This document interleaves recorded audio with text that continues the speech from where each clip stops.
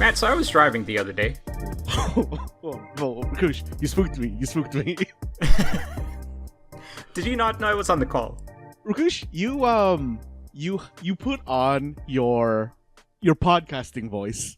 And prior to this, we were talking in our normal talking voice, and your podcasting voice is much louder than your normal talking voice.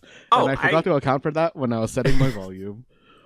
I just leaned into the mic, so it's not even. Okay. It's not even anything except for just I got serious. It's like that meme, right? Like lock in.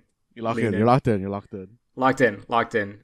For another episode of the Mistake Zone this week. Hanging out with one of my best friends. The other one is not here right now. Not here this week, Matt. But Matt, I have like this whole opening that I'm going to go through, but a little bit of inside baseball. We're going to go into Jaren's notes later, but you know what? Yes. He's given us quite a few notes, and so we're going to be going through one of these at different points of the week.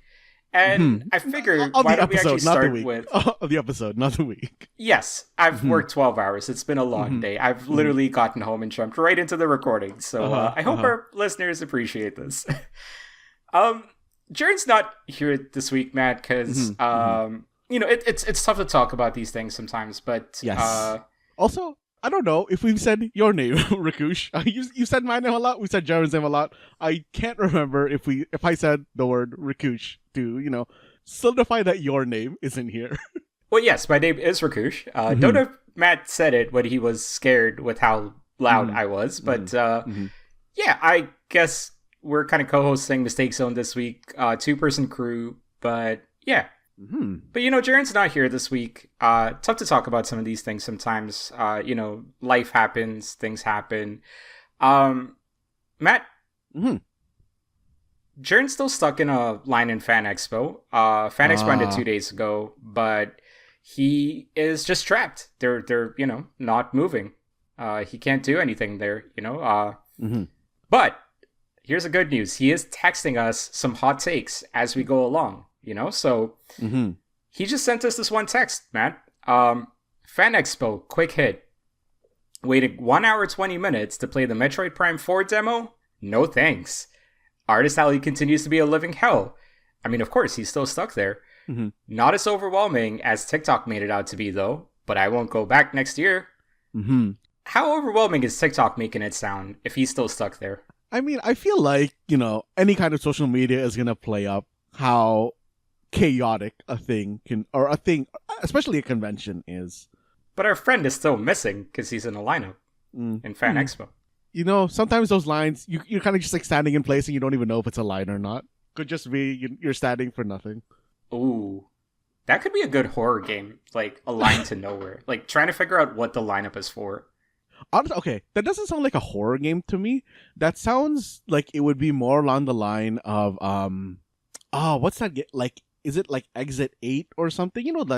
That style of game. Yeah. Where because I know that those are supposed to be like horror games, but I consider them like horror adjacent.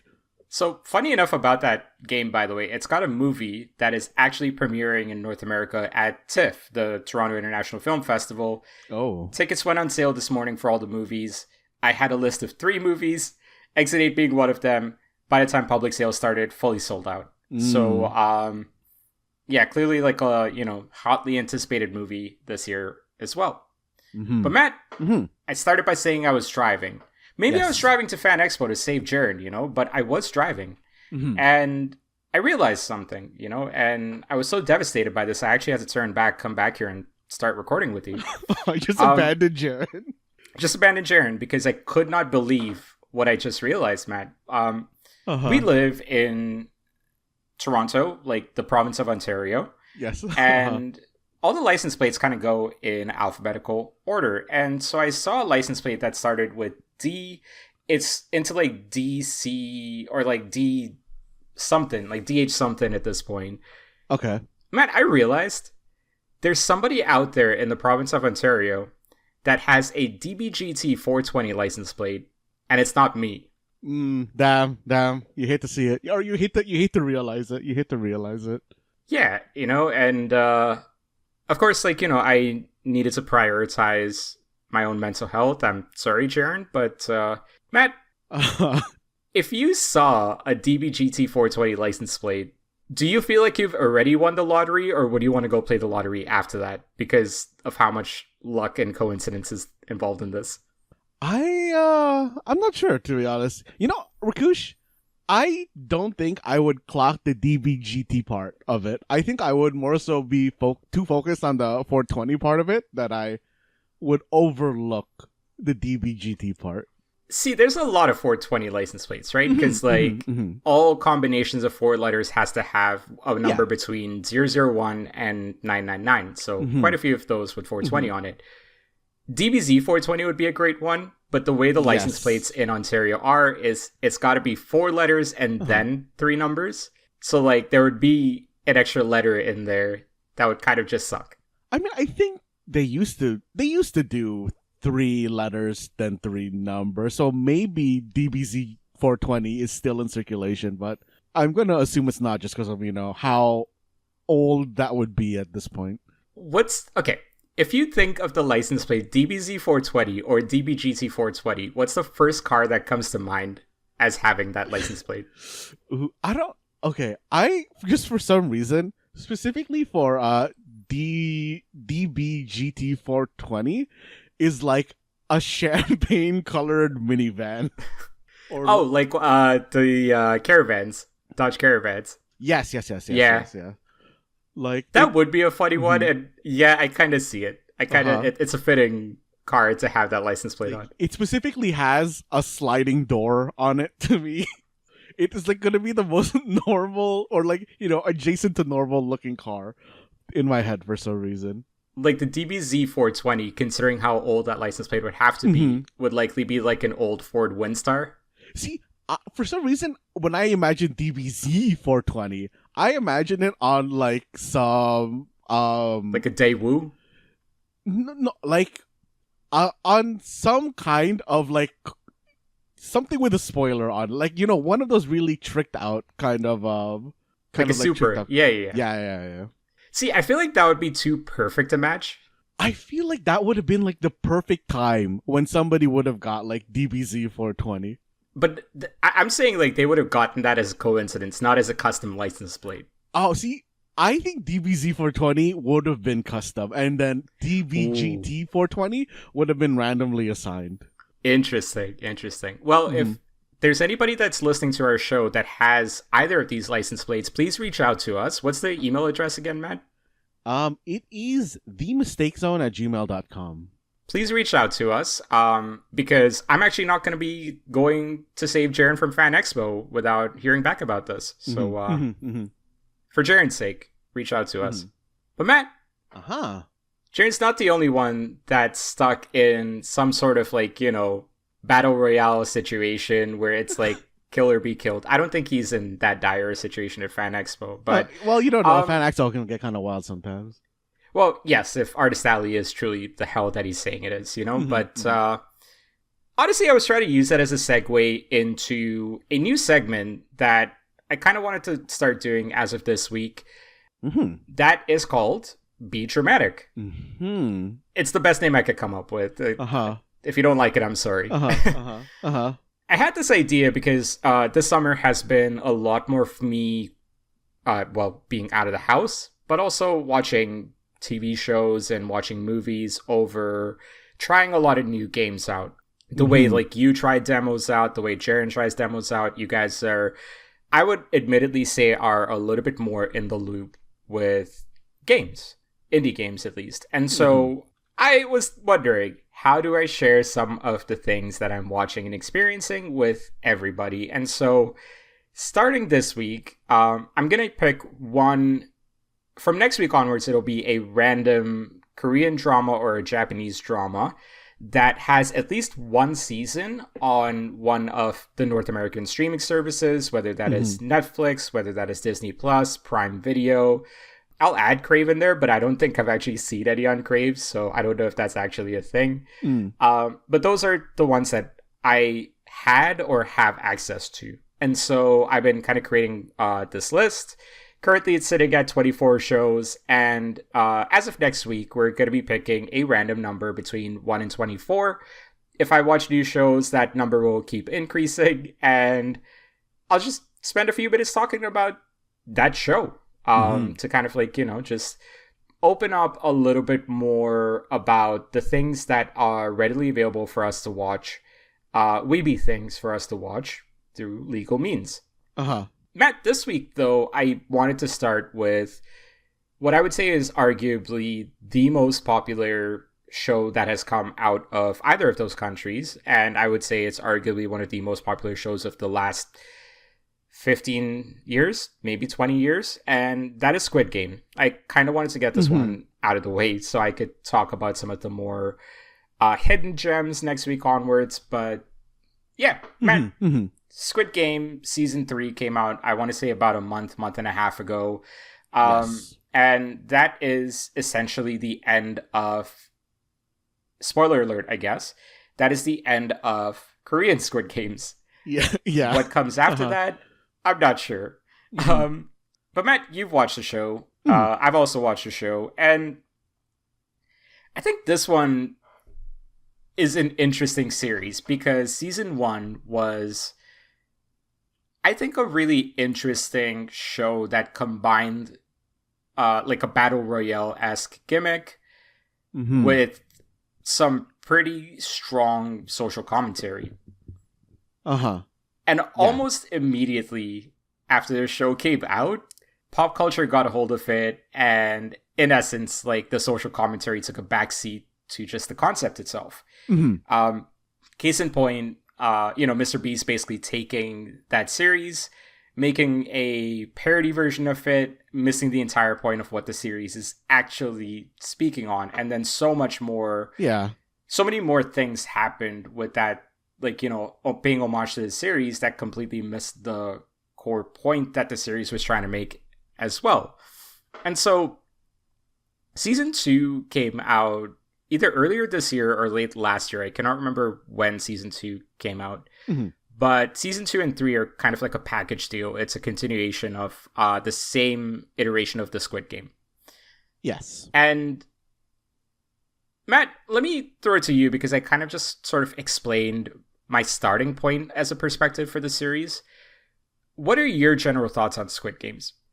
I mean, I think that my general thoughts on Squid Games is that, I just want it to be an enjoyable show. I kind of went into it just seeing it on Netflix, or like the day it came out, and I was like, oh, I had heard about this, prior to, because just, I was at the time more plugged into just the I guess Korean news or media scene than I am now. But, I had heard about this, like, leading up to it, and I, wanted to watch it. And I was like, really, I guess, like glad to see that it was going to be on Netflix and it was going to be easy to watch. And I do actually remember that it also came out. Oh, no, it didn't come out during Christmas, did it? It came out around some holiday here, because I do remember that I ended up watching the first episode its release weekend with my family, like some of my cousins had like a family party.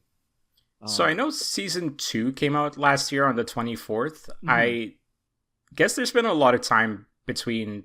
Yeah, so Season 1, if I'm looking at Wikipedia right now, says original release was September 17, 2021 worldwide. That being said, it isn't uncommon that some of these series release like a month or two later in different markets, although I'm not seeing it here.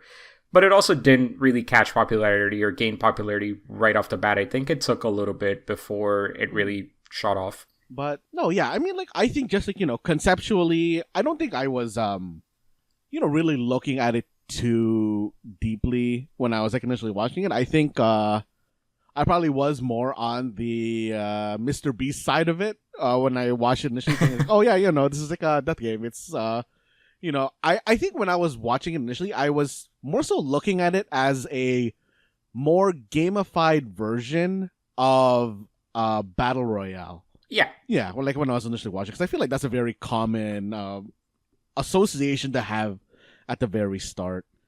And I don't know. I thought it was like very interesting just to see what's going on here, and I don't know if Rakush is gonna be definitely a racist comment. I was surprised to see a like main brown character in a Korean show like this. Honestly, I don't think it's as racist as you think it is, because it definitely was an interesting addition, but a really bittersweet story, but a really well told story. And I do think the meta sense of like not seeing a brown person in one of these shows is used to perfection here. So yeah, I don't think it's as racist as you think it is. I don't think it's racist at all, by the way. Yeah, Sorry. yeah. I mean, like I like I just like really remember seeing it. I'm like, oh, I wonder how long this guy's gonna be around, because he's been around a lot longer than I was expecting him to be. But like, yeah, like I thought it was like that first season was like such an enjoyable watch. And I really liked kind of just seeing the reaction to it as it spread around on the internet, which was like, I don't know, a very like fun read for me as well. I guess for me, the perspective is important that 2021 was essentially middle of COVID or just the tail end of COVID. And I mean, that whole period's a blur, so I cannot remember exactly anymore, but it was still COVID at ish, right? And I do think like it was also a time in at least North American society where the conversation around social causes was a lot more charged up, just because of the things that I think people were kind of opening their eyes up to, were starting to realize about the towns they live in, and like, just, yeah, a lot of different things in general. And so I do think it's important to note the social commentary part of Squid Games for me personally, because I do understand that, pop culture is pop culture, and like things, once it's out in the open, art is essentially what you make of it. As a creator, it's probably a difficult thing to realize, but yeah, like once it's out there, it's out there.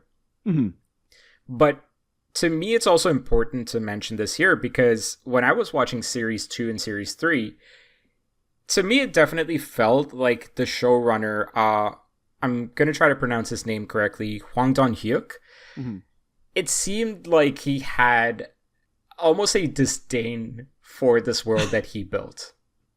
It's very similar to how like reading JJK felt like in the second half. Like it almost felt like Gege Akutami, where like he did not like parts of this thing he had created, or he did not like what this thing had become. And I kind of got that same sense with Series 2 and 3 as well, where like it's this main character, Song Gi-hun, who is trying his hardest to save people, and he's trying his hardest to make himself be heard through the things that he learned in the first season.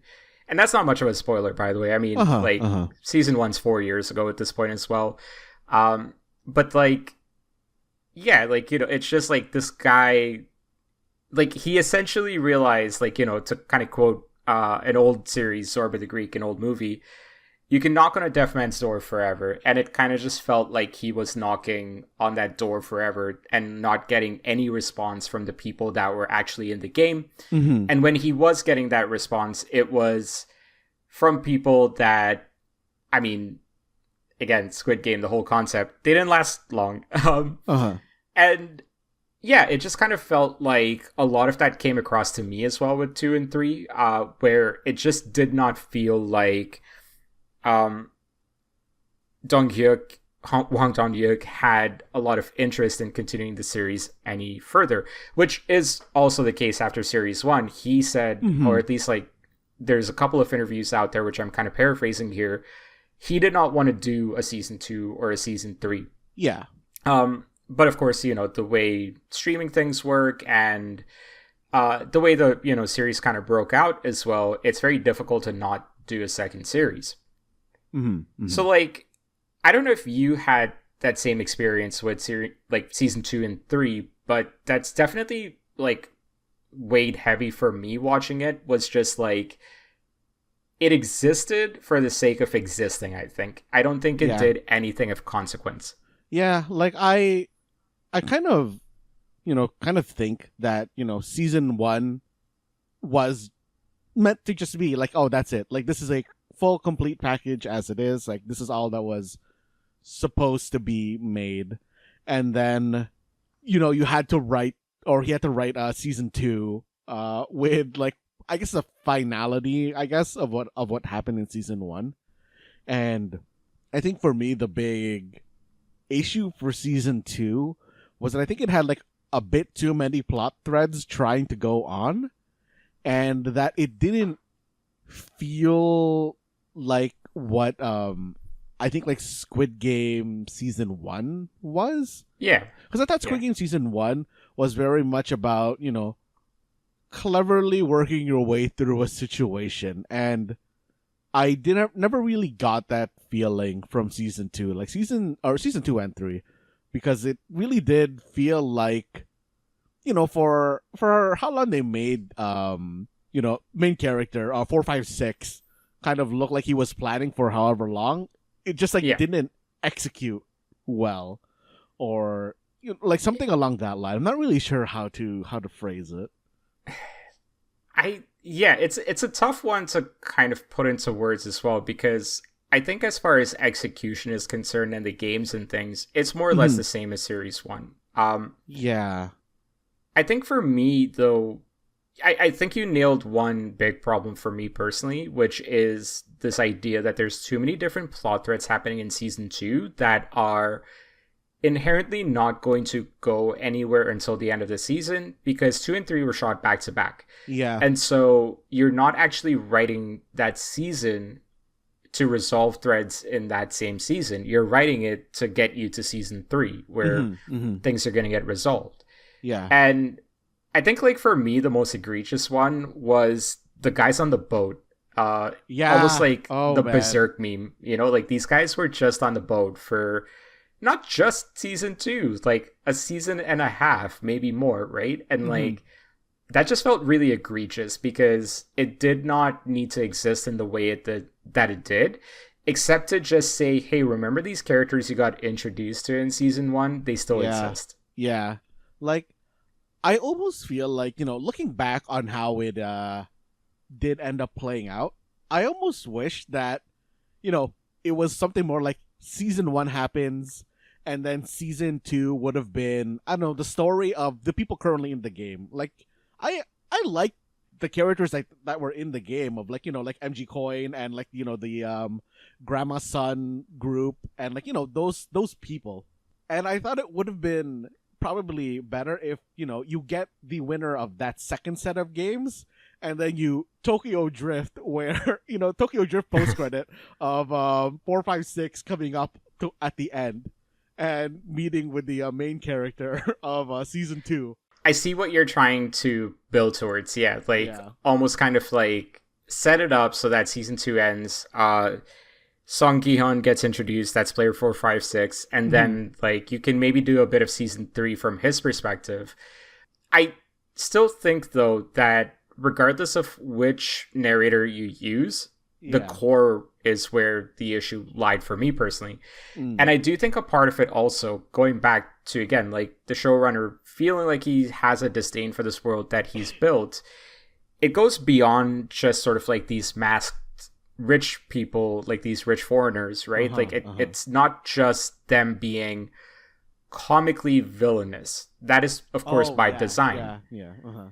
That part for sure is by design. The thing that really made me feel like, wow, this guy's pretty done with this franchise, is how the players felt in this whole situation.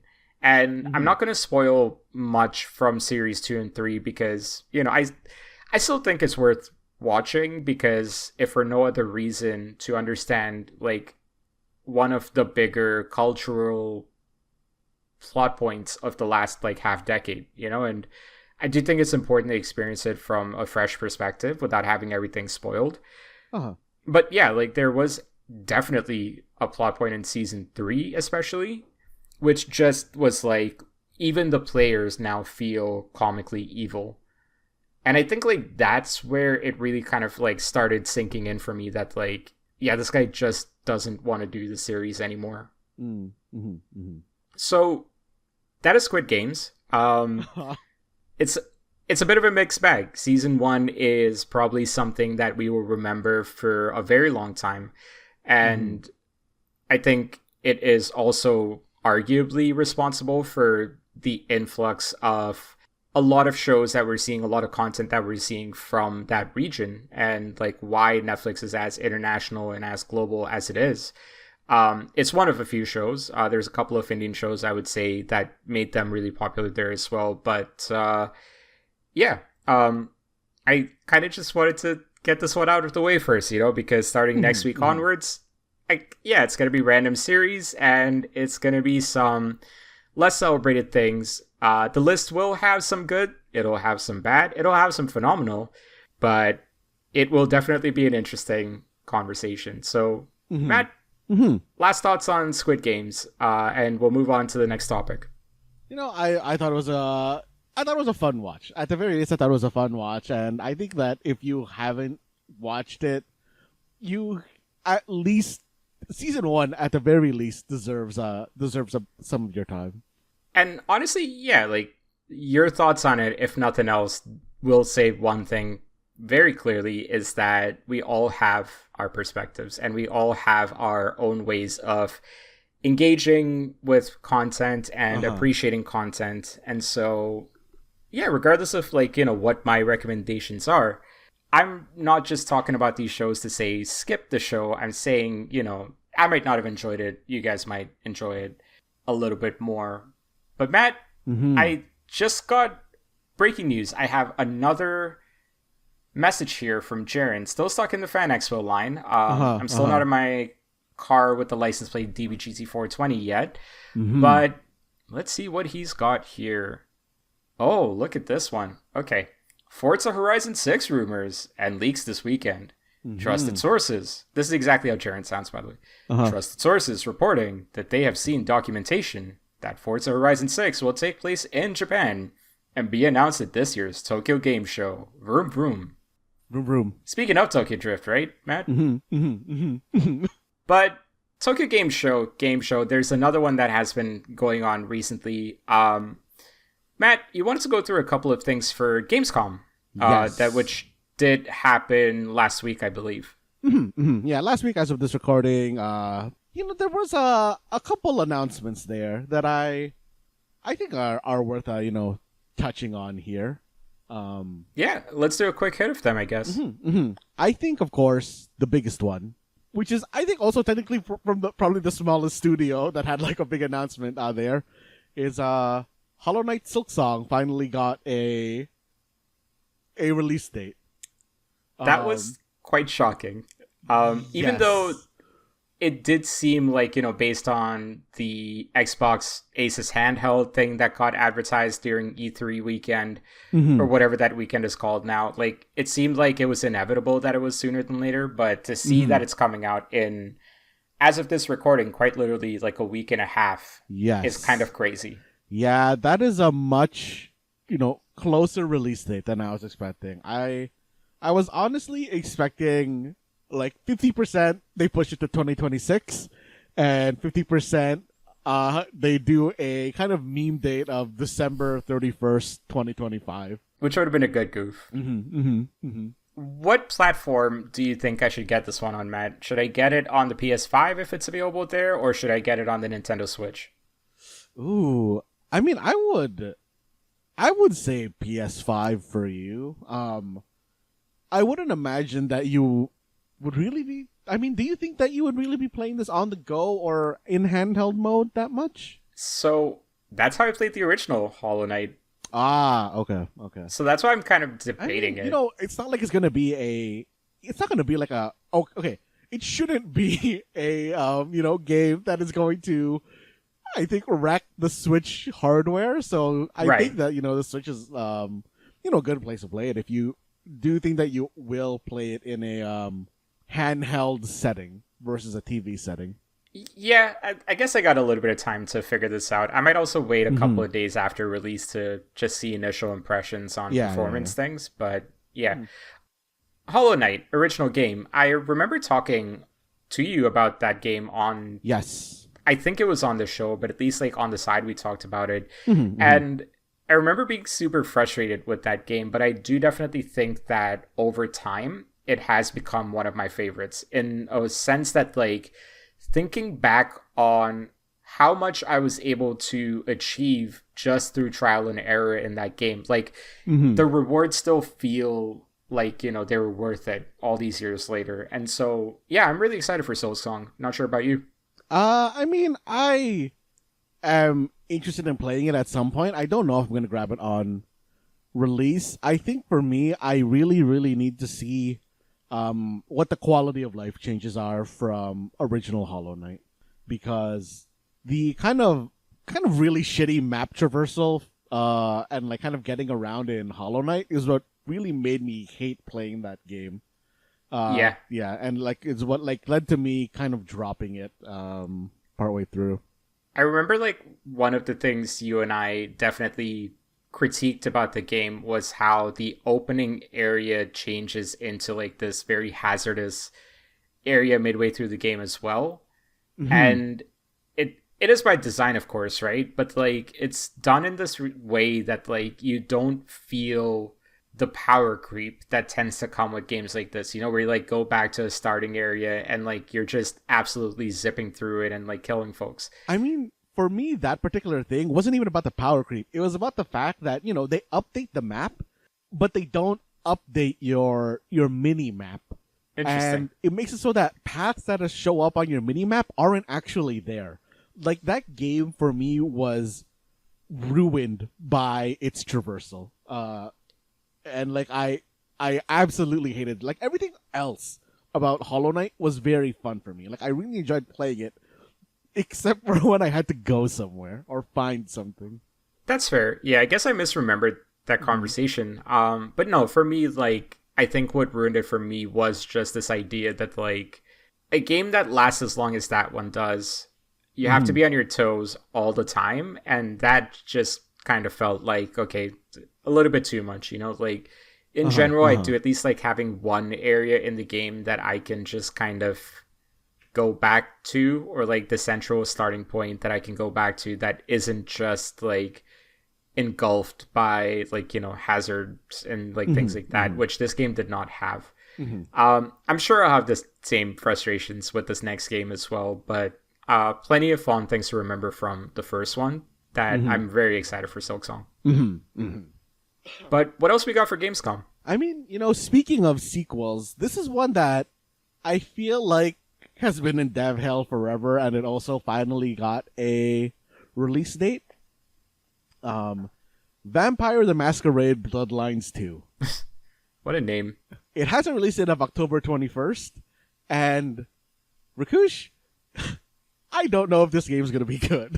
Was the first one good? I mean, I don't think the first one was like anything crazy either. Granted, I never, finished it. It far more was like a story based game from what I remember playing of it, because I don't think it was really doing anything kind of crazy in and of itself. But I always, really liked Vampire the Masquerade's lore.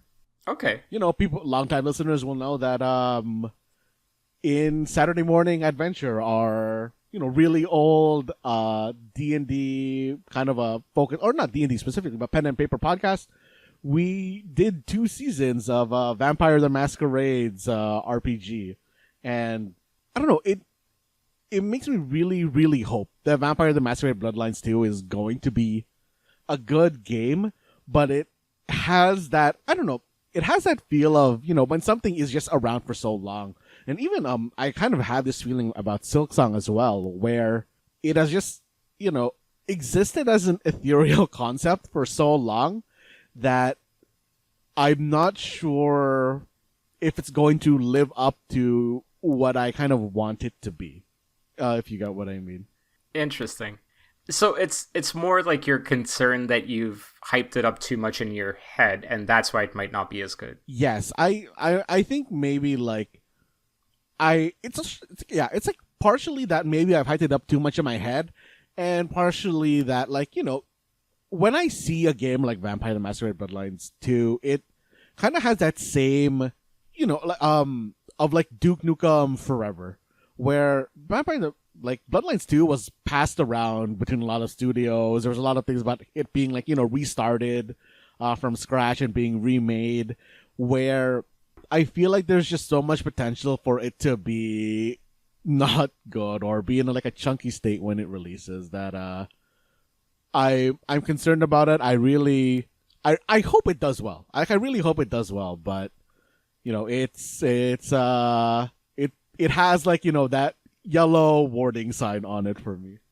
Oh, the first one. I'm pretty sure it's like I remember Julian talking about it on a very throwback episode of SMA. Mm-hmm. Yeah, Julian like talked this game up a lot, which is like what led me to playing the original. Like way back when this was really early Saturday morning arcade when we recorded in the UTM campus radio booth, and I hope this game does well just for 2011 Saturday morning arcades us. What they would have wanted for Bloodlines 2. Well, you said that comes out in October, right? Mm-hmm, mm-hmm. We'll find out in a couple of months how this game is looking. But maybe you should get Julian on for that episode as well. Maybe we should see what his thoughts are. I feel like Julian is going to be getting this game regardless of if it's good or not. And we can definitely pull him into an episode. I do feel like we should have Julian on a lot more episodes just because I feel like he plays a ton more video games than I do. So man. Yeah. Yes, Julian has stayed a proper gamer since 2010. Well, longer, yeah. But yes, yeah, I guess been like 2010 since the start of Saturday Morning Arcade. He's a capital G gamer. Mm-hmm, mm-hmm, mm-hmm. Hashtag gamers rise up. Mm-hmm, mm-hmm.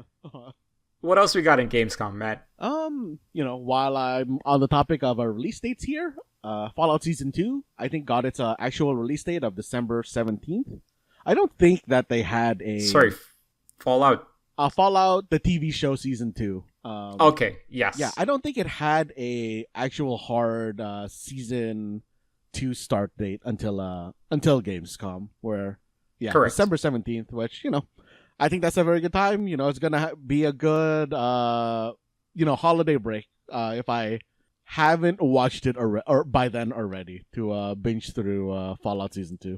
Yeah, talked a lot about Season 1 last year in depth. Phenomenal series, I think. Mm-hmm. Looking forward to Season 2. I am curious how they implement all the new Vegas stuff in there. Mm-hmm, mm-hmm. Same. Yeah, I'm really interested in seeing what they're going to do with kind of like the... I hope they kind of go a lot into the new Vegas setting. Yeah. Mm-hmm. You can also... Yeah, I mean, also excited for more Walton Goggins, one of the best TV actors in our time, I would say. Mm-hmm, mm-hmm, mm-hmm, mm-hmm. I don't know why. Whenever I think of him, I just think of his teeth. I don't.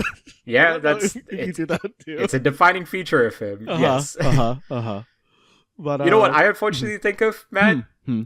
I think of his dong because it was on full display in the last season of The Righteous Gemstones. Okay, I have not watched that. I just don't have Walton Goggins just dog in my RAM right now. Just imagine it with his teeth. I feel like I don't know if I'm describing it the best way possible, but just kind of Oh man. Now that I've lost all of our listeners, Rakush, while we've lost our listeners, there was a game that got some information. And it was a game that I'm sure has lost us for a while, which is Monster Hunter Wilds. It got a Final Fantasy XIV collaboration. I actually want to get back into that game soon. Yes, I do as well. I think we both haven't played since like what was it? Arch-Tempered Raid Title Update 1. Yeah, I think Title Update 1 is what we last played. Did a little bit of the Cherry Blossom stuff, and I don't think either of us stopped playing it because anything was bad. I just think like we were waiting for content and it just kind of fell by the wayside. Yeah, and I think with the stuff that they're going to be adding here with the crossover monster, I guess, being Omega Planetes, that looks like an interesting thing to fight. They have the Chocobo Secrets. And they brought back the Cactar endemic life. And I wonder if this time it can still kill you. I'm assuming it can still kill you. So, what was the last Monster Hunter that had a collaboration with Final Fantasy? Monster Hunter World, I believe, was the last one to have a collaboration where Interesting. they still had the character Endemic Life. They had Kuluyaku, just like a really strong Kuluyaku that just destroyed. And they had Behemoth as a boss as well, and they introduced the Dragoon Dive, which was basically just a DLC power creep where if you bought that, you basically had a second dodge because it was an emote that just like shot you into the air. Interesting. Behemoth is the one that has a lot of folks on the Monster Hunter subreddits stressing about this upcoming collab. Wait, is Behemoth coming back as well? No, I think people just got like flashbacks to that stuff. Speaking of collabs, Matt, Jaren sent us another message.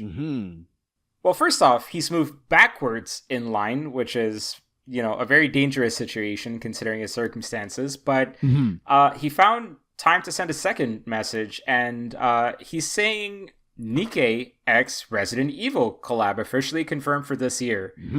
Jill will be one of the gacha characters, with speculation being that Ada will be the second.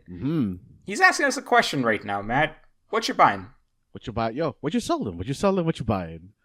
Okay, what's the weirdest Resident Evil character you could add to Nikke, considering the game is the one that I think of as the BBL gacha game? I mean, the weirdest character... The answer is Nemesis. No.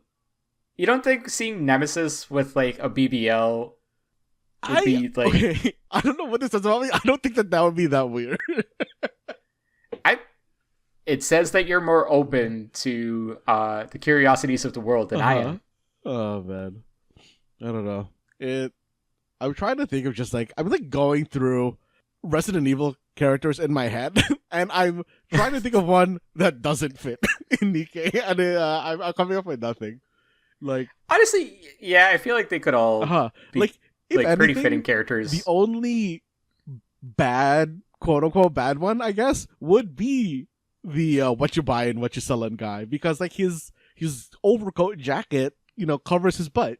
But what if they give him the BBL? So like you just see like. This is getting increasingly horny for the next 5 seconds, I guess. But I don't know. If you have like an overcoat covering the butt, like But what if his butt becomes so big that like his butt just like has almost like the silhouette outside of the overcoat? No. You know what? They can just do what they did with 2B, which was that they have the normal 2B outfit with her skirt, which covers her butt. And then they have the alternate skin, which removes her skirt, so her butt is just there. And then you could do that for the what you buy and what you selling guy. Oh, so that game is just completely gooner. Like, it's not even trying to hide the fan service. They're not trying. Look, Nikke knows what it is, and like it knows what it is to try to hide it. That's just the confidence you have to be Nikke. Fair enough. So Nemesis, the third character being added to Nikke X Resident Evil collab. Matt. You got anything else to say about the Monster Hunter collab? No, not really. I'm looking forward to it. Actually, you know what? I don't know. Did they drop a date for it? So, just taking a look online for this, and it seems like the release is going to be late September. Okay. Not a hard date, just a release window, I guess. Yeah, basically. Yeah, I mean that's it's close enough to. Yeah, it's close enough to think like it probably has a lock date. They're just not announcing it yet. Yeah, moving on in through the Gamescom stuff. What else you got? Rakush, I think for me personally, I really only have one more kind of announcement that really grabbed me, which was really just a teaser trailer for Black Myth Zhong, and which is. A sequel or a continuation of Black Myth Wukong? It is a sequel to Black Myth Wukong. And I'm interested in seeing how this one is going to do. Did you beat Black Myth Wukong? I did not finish Black Myth Wukong. I think I got like pretty close to the end, and then I upgraded my computer and I didn't want to download a 100 gig game again. But I'm interested in seeing like how this is going to do. One, because like it is a sequel, but two, because I wonder how many people this is going to pull in, because I feel like Wukong is, a known enough entity that it would, bring interest to this game, just from it being like Wukong. Right. And I wonder if like Zhong has that same pull. Because I don't know about you, Rakush. Personally, I don't really have that much, I guess, like Chinese myth knowledge regarding Zhong. Yeah, I mean, look, let's be honest, the reason we know of Wukong is because of Dragon Ball and Journey to the West and stuff like that, Yeah, right? like it's just a very popular character. And like I'm Yeah. sure that drew a lot of people to the initial Black Myth Wukong. And I think you do make an interesting point about just what is sort of like the character pull, but I think that is like the studio's likely banking on the franchise familiarity that comes from Black Myth Wukong at this point to move on to another character. So I don't think they're banking on the same things to get new players in this time around, as much as they're banking on it just being the sequel to Wukong. Yeah. And I'm also actually just like, interested in seeing where this company is going to take the Black Myth series. Because, I am interested in learning, I guess, about the surrounding lore about Zhong. And if it kind of continues down this path, I'm interested in seeing what, I guess, like characters they decide to make the main character of the Black Myth games. Do you feel like it could be going down the route of, say, like an Assassin's Creed, where you have the Assassin's Creed umbrella, but then different stories being told in the same universe? I mean, I think it could go that way. I actually didn't even consider if, like this is a, I guess, like second game in the series, but I actually am not sure if it is actually a sequel. If you like get what I mean, like. Because I don't know how like Zhong's story interacts with Wukong's, I'm wondering if like you can find Wukong in this game, and he'll be doing something, or maybe as an enemy to you, or something like that. That would actually be kind of interesting to see if they decide to do that, and like how that would expand across this series. So I'm just quickly looking up Zhong as well, because I want to get at least like a Wikipedia level understanding of this character. I mean, Zhong is a Taoist deity in Chinese mythology, traditionally regarded as a vanquisher of ghosts and evil beings. Pretty solid start for a character they're making a game off of, an action game off of. He is depicted as a large man with a big black beard, bulging eyes, and a wrathful expression. Zhong is able to command 80,000 demons to do his bidding and is often associated with the 5 Bats of Fortune. Worship and iconography of Zhong later spread to other East Asian countries. I would love to read up more on the 5 Bats of Fortune as well, because that sounds badass in some way, shape, or form. Like, I actually kind of like his like an earlier part of this dude's story is that he was a scholar. Like, it was just like a dude who was like very well studied, but kind of because of his scary face, they're like, no, you're not allowed to like, be a scholar here anymore. We're kicking you out. And he got so pissed that he basically became like what you said, like he like led that all those demons to like, do his stuff, because he was basically pissed. I do love that one of the screenshots from the game makes him look a lot like Ganondorf as well. Just kind of describe this whole look scary thing. Now that you're saying it, like, yeah, he does have a very Ganondorf-esque look to him. I'm taking a look at an article from the South China Morning Post right now, and I guess I'm kind of going to read this live and find things out live, I guess. His appearance at this year's Gamescom in Cologne, Germany has caused a huge stir on Chinese social media, with Zhong becoming one of the most widely searched terms on platforms such as Weibo and Bilibili. But who is Zhong? And okay, so I guess the word huge, or the words huge stir, just mean he was real popular, I guess. It didn't actually cause a stir from the sounds of it. I do like that the subtitle is he's the Chinese Ghostbuster. It's pretty good. I guess that's a good goof. That's a good way of selling this game, is Chinese Ghostbuster. But Yeah, that's the upcoming Black Myth game as well. So it seems like Uh-huh. I don't know.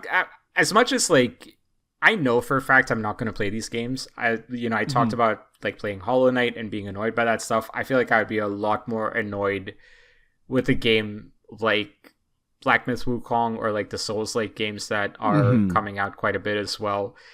Just because, yeah, like I know I'm not going to be good at that stuff. That being said, I have always been a sucker for mythological characters, historical characters sometimes from Asian countries, including India, my home country, including Japan, including China, including Korea, including all these places, because I feel like there's just, especially like hearing a lot of these stories as a kid, an imaginative kid as well, like you could go quite far just imagining these pre-existing stories with your own, the things that your mind creates, the visuals that your mind creates for you as well. So really glad to see that like there is a market for games that are exploring more of sort of like these myths and legends and stuff that I hope if nothing else it does succeed. Same. But Matt, speaking of King of Demons, oh no, wait, I misread Jaren's next text here. I'm sorry. Okay. So he sent us some information about Fortnite. Interesting. Okay. Gorillaz announced as the next Fortnite festival headliner, Russell and Murdoch will be in the festival pass. 2D and Noodle will be in the shop. Feels good. I misread Gorillaz as Godzilla. That's what happened with that transition there. Okay. I can see why you would have been initially very excited to read that one. Extremely, yeah. But, it's okay. Gorillaz is still cool. But Gorillaz are not the only ones joining Fortnite. It seems One Punch Man is also going to be joining, announced for the 27th. Don't know if that's August 27th or September 27th, but it seems that Russell and Murdoch in the Festival Pass will also be joined by Saitama, Tatsumaki, and Genos as skins. One Punch. But let's be honest, he was actually singing the intro to One Punch when he sent that text. Of course. In the line. In fact, like he was trying to shriek so loudly that he just like opened up a gap in the line so that he could try to escape. Did he succeed? We'll find out. So Matt, Fortnite adding a lot of influential characters to the game, which actually leads me to what I feel like is the big topic that you and I were kind of collaborating on late last week, and just sort of like, how do we talk about this? Didn't know at that point that Jaren wasn't going to be on the episode, but we were having some discussions around influential games. And it was just this thought that I was having as well about, I think like so many folks like talking about their favorite games, and favorite games by definition are subjective. The games you like are very different than the games I like, are very different than the games Jaren likes. But I was curious, like, what are some either games or moments in history or moments in pop culture that like everybody can universally acknowledge at least as like the most influential games in gaming history. And so you and I kind of did a thought exercise and came up with, I would say, 5 each, it sounds like. So we could, in theory, go through a list of 10 games today. And yeah, like, I mean, maybe there's more you want to add to this description here, Matt. But to me, influential games, the list of influential games is not the list of most influential games, because I think it, as much as like, we do look at these as sort of like as objective of a list as can be made, it is influenced by the games that we pay attention to and the stories that we pay attention to and the pieces of historical trivia that we find interesting. So take this list with that sort of grain of salt that, much as we are trying to provide a sort of like balanced take on just sort of like historical context for a lot of these games, it is still coming from a place of personal bias in a way. So, Yeah. Anything else you wanted to add to that before we jump into this list? I guess defining what we consider influential games to be. Because when I was kind of making my list, I was kind of thinking of games that, as of their release or, shortly after, or like they had something about them that kind of changed how games work or interacted with. Like in that vein, that is like the type of game that I was trying to put on my type of list. I don't know if you had any more qualifiers for your list, Rakush. Yeah, I mean, I think it's a fair thing to explain. For me, it has more to do with cultural significance and just sort of, in some cases, the butterfly effect, so to speak, right? It might not be just in a sort of isolated way like an influential game, but it might mean something greatly important for just like video game history. So I think we've teased it enough. I think we can jump into this list here. We'll just kind of like alternate our list and just kind of like chat through it, I think. But yeah, Matt, I actually want you to give me the first game on our initial debut list of influential games. For me, I guess very nice that we came into this from Fortnite. I am putting up World of Warcraft as my first influential game. And, I think it's very easy to say that, hey, World of Warcraft's like big influence was like being the first popularized MMO. But I kind of view World of Warcraft as the first successful games as a service. I was about to ask you about that. Yeah, because I kind of... So I know a little bit of your list. I don't know the full reasoning behind it, but yeah, it definitely wasn't the first MMO, right? Like there were so many that existed before that, so many that came out during it as well. Like I think it's easy to argue that probably the first popularizing MMO was probably like Ultima, but yeah, I think WoW really changed the game scene when it introduced, it's like I guess like being popular, being successful, being a games as a service, just like a steady stream of just income for a company. And usually I feel like most influential games lists would probably be more so talking about the gameplay side of it, but I think that WoW changed the model of like how we interact with games. There are so many games now that try to ship as like a games as a service, so many games that fail to be a games as a service and they just disappear. Yeah, like when you think about when WoW came out as well, right? Because how many years has it been now? 22, 23, something like that? Yeah, something like that. Came out in the early 2000s. We should have had Kevin on for this segment, I guess. But yeah, this game came out around 20 years ago. Think about what you had to do on the PS2 to connect online, to quote-unquote play online. Think about the dongle you needed to be online on a GameCube. And you're barely online in that case. Oh, man, the dongle. Right? Oh, God. Xbox. Like that one also, like Xbox tried to really pride itself as like an online system, but even then I don't think it was fully like an online system. I think it was the most online of the games at the that most time. out of those three. Yeah, for sure. But then like, by the time next gen rolls around, WoW has been around for 4 or 5 years. Well, less than that actually. It's insanely popular. It changes just what people think online gaming is, right? And it's like you said, it's a game as service thing. But to me also, like, as much as we joke about WoW still being around, like, it is the only forever game if you really think about it.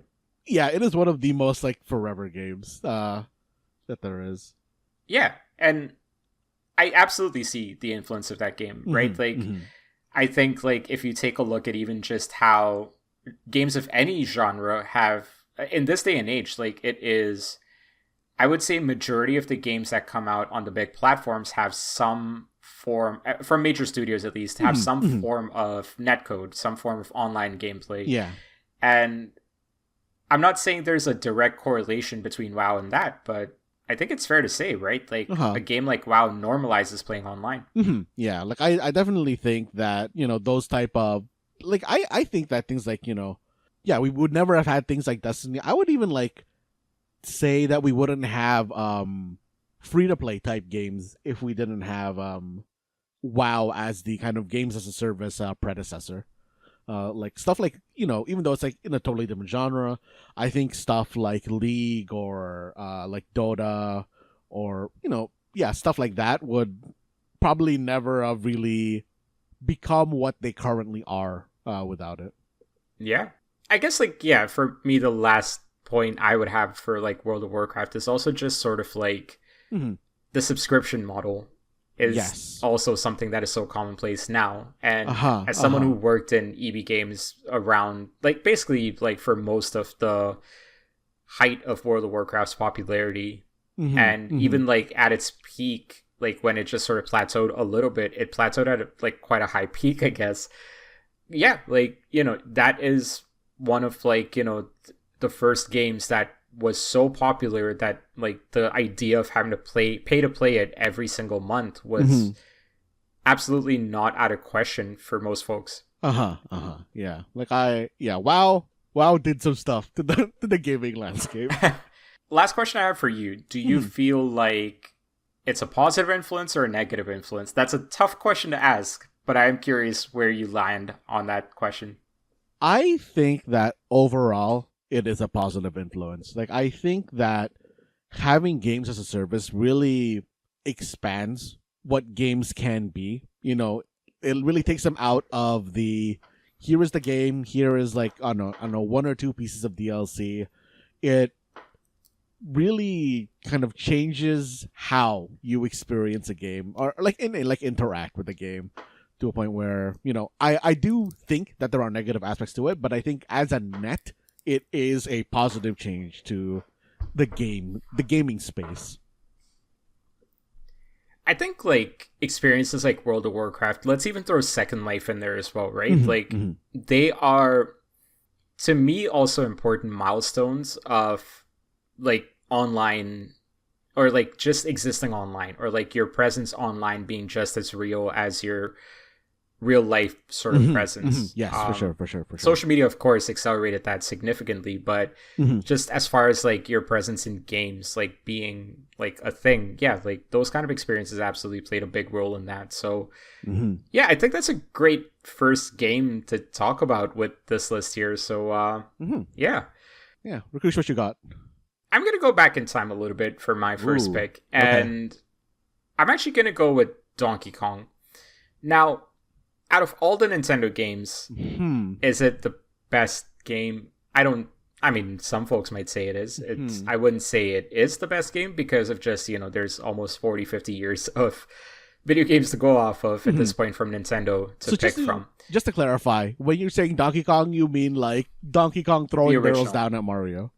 Yes, the arcade game Donkey Kong. Okay. To me, it is one of the most influential, or at the very least, important games. And I make that distinction because without this game, we don't get a lot of, well, we might get it, but we don't get more Miyamoto stuff in the same way as we have throughout history. And like, we don't get a Super Mario Brothers, we don't get that entire franchise, we don't get any of his other franchises, right? And so from that standpoint, I do think Donkey Kong is a very crucial game in history, because the whole, even just like at a high level, the backstory is the game was built as a Popeye game, like Popeye the Sailor Man game, not the chicken one. But it was built for those characters, Popeye, Bluto, and I forget the girl's name, Oliver. Oh, yes. And they didn't get that license, and so Miyamoto then gets this chance to kind of design his own characters, and that's the starting point of you seeing Donkey Kong, of Mario, I believe it was Pauline, and so like you see sort of like, this is him getting his like big break, right? And from there you then see him kind of like build out all these other games as well. So yeah, not much more, honestly, for me to say about just Donkey Kong, the game itself, as much as just sort of like the historical significance of it, which is why I do feel like its influence cannot be understated in the history of things. Like, this is, I think, when you're looking at it from a Miyamoto point of view, this is very much one of the butterfly effect ones of like, I really wonder where it would be if it was someone who wasn't Miyamoto, and like what franchises we would have down the road. Exactly, yeah. And look, I do think we have history that gives us hindsight to be a little bit more like, to be a little bit more definitive with making some of these statements that we are, I guess. But like, would Miyamoto have found himself making a game in another capacity? I do feel confident saying yes there, because it's very obvious that this is a one of one mind, a person that, just he would have figured out a way to make some game. Would it have been Mario? I'm not sure, right? And so that's the big what if in all of this. If like you said, like somebody else takes over and like, or if they get the Popeye license and like, they make that game, right? Like, it's interesting. It's history in general is filled with a lot of coincidences. In many ways, if you want to get super philosophical about it, our entire existence is a coincidence, and yet like, it's just kind of what you make of it is what's most important. And yeah, it's very obvious what Miyamoto made of that chance. Yes. So Donkey Kong is the first game on my list. Matt, what do you got? Third game. I mean, I guess bouncing off of Donkey Kong, I want to go to another, small-ish game. A game that I think is going to be a surprise to no one appearing on this list. I am going to go with Cavestory. Interesting. Okay. So, yeah, like, Cavestory, yes. It's been a while since the game came out, and it is an indie game. Could you explain a little bit of what that game is first? So Cavestory is honestly just a very basic indie game. It is, you're a robot with a gun and you're just shooting dudes. You're trying to, travel through some like, pre-designed areas and, save a robot girl. And, like Rakush said, this was an indie game. And I think that for a lot of people, this was like the game that defined indie games, that made indie games, a viable thing. Yeah. And, like this game is maybe, if you, are doing your initial playthrough, this game is maybe like 3 or 4 hours long. But for when it came out, that was a huge amount of time for a solo made game. And I don't know, I had so much fun playing this game. I think it really set the tone of what indie games are, where, you're not going for anything extravagant. Okay, I don't know if you agree with this, Rakush, but I feel like when I play indie games, I am more expecting multiple routes through an indie game than I am through like a double or triple A style game. I don't know if I agree or disagree with that statement, because I haven't given it thought in that way, I guess. So like difficult for me to definitively say, yeah, you're absolutely right. Maybe the way I frame it from my perspective is like, is there more freedom in exploration with certain indie games potentially? Oh, I'm sorry. I don't even mean more like freedom of exploration. I just more so mean like there are, I guess like it'd be more accurate for me to say there's like I expect a indie game to have more hidden stuff than a double or triple A game of like the same length.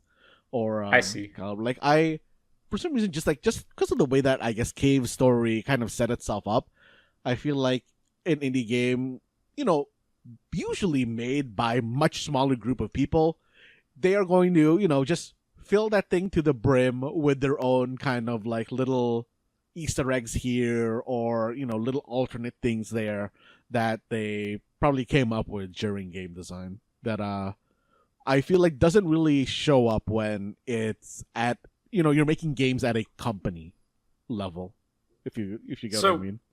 Kind of, yeah. I do think it's important to provide a little bit more context for why this game is on the list as well. Yes. And Matt, I will hand it over to you in a second, but you mentioned not getting some of the experiences from an indie game like Cavestory from a big studio.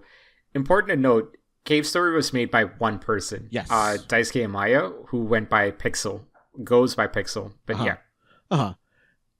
Yeah, and like the reason that I have this on like most influential games is, kind of like I said towards like a little bit earlier, like this is really what made people think indie games are viable. Like I think that we wouldn't really have the indie game scene we had if Cavestory didn't, get as popular as it did. Because like I think when this did initially come out, it was like freeware. It was just, this guy having his own passion project and publishing it onto the internet. And Mm-hmm. like that was for the time very, very wild to see. And I feel like at that point it was like all just, kind of like janky Flash games that you would see on, Newgrounds or something. Yeah. And I'm talking like very, very early Newgrounds, where Like the early it was, Flash games. Yes, it was like it was like real jank. But Cavestory showed, hey, a person can make like a competent game on their own, and with the kind of like knowledge of hey, what one person can do, I really, really think that this is what kind of pushed it like forward initially, because Yeah. an alternate one that I was thinking instead of Cavestory was Braid, because I think they kind of fill that same sort of area of things that really popularized indie games, just ones a little bit earlier and ones It's interesting that you bring up this comparison. I was talking to a friend of mine the other day about just sort of like indie games and just sort of like, where they were, where they're going sort of thing, and what indie games used to be. And yeah, this conversation around Cavestory and Braid came up as well. I think the reception that a Braid gets or a Meat Boy gets, I don't think exists without sort of like how Cavestory broke through, right? And so Braid would have been a good pick, but I think Cavestory is probably the more important of the two if we're going from that perspective. Quality-wise, I think you could make a fair argument that Braid is way better, but also way more pretentious, but that's a different conversation. yeah But yeah, I think Cavestory personally feels like a lot more important to me personally. yeah Same. I think also like it's an interesting, like, just kind of chatting through this whole one person development thing and the influence of that and stuff as well. And I guess it's like interesting to think about history repeating itself. And this next game is not part of my list, but just something I wanted to bring up as part of the conversation around Cavestory is how similar the impact is of PlayerUnknown's Battleground, because that's also a game that was just kind of made by one person, or at least I believe it was initially created by one person. I don't know if that changed over time or not, but quite literally, yeah, PlayerUnknown, right? And you think about like the cultural phenomenon that was leading into what is Fortnite, and quite literally through legal issues, what is now Fortnite, and just yeah, it is interesting that like game development history so consistently shows us that you don't need a massive studio to create something that is memorable. Whether it's good or not, it's a different story. But to create something memorable, I think like the smaller the team or the more focused the team is, it almost feels like, yeah, historically it's always been better for the general sort of like storytelling elements of a game. And Cavestory is no different, right? But I also think it's interesting that like I don't believe Cavestory is like the first indie game at all. I just think it's the one that broke through. Yes. But it's also interesting to kind of think about like it broke through at a time where like the internet was kind of becoming what we currently have, right? Like it wasn't quite always online in the way that like it is now.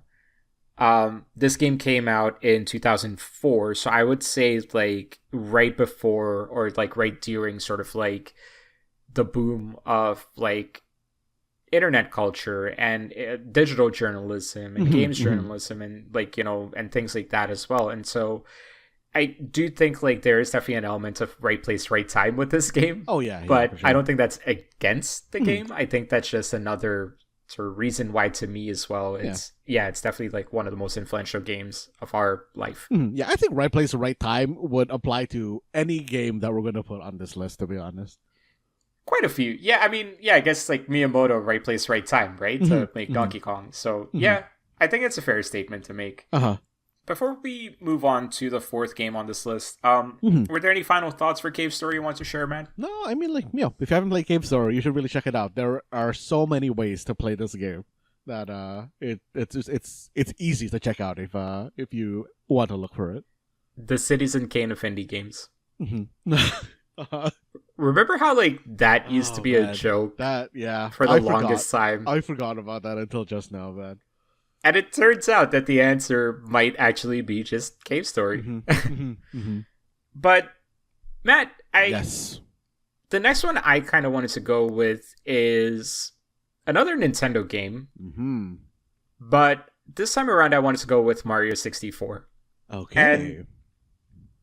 And the reason I want to go with this one for me personally is its place in history as one of the more influential early 3D games, and one of the first games where the use of the analog stick to control a camera was so prevalent. Like something that did not exist a lot before this, if at all.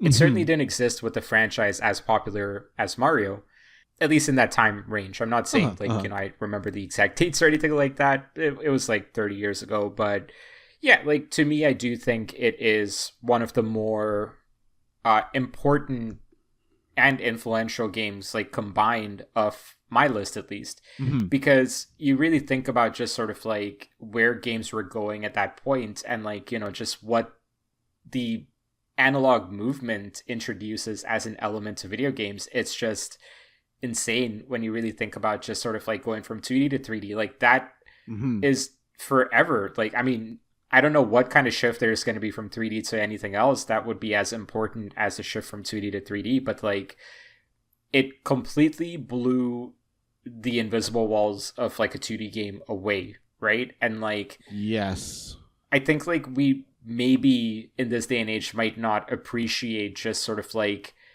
how much detail there are in like games that we play in this day and age.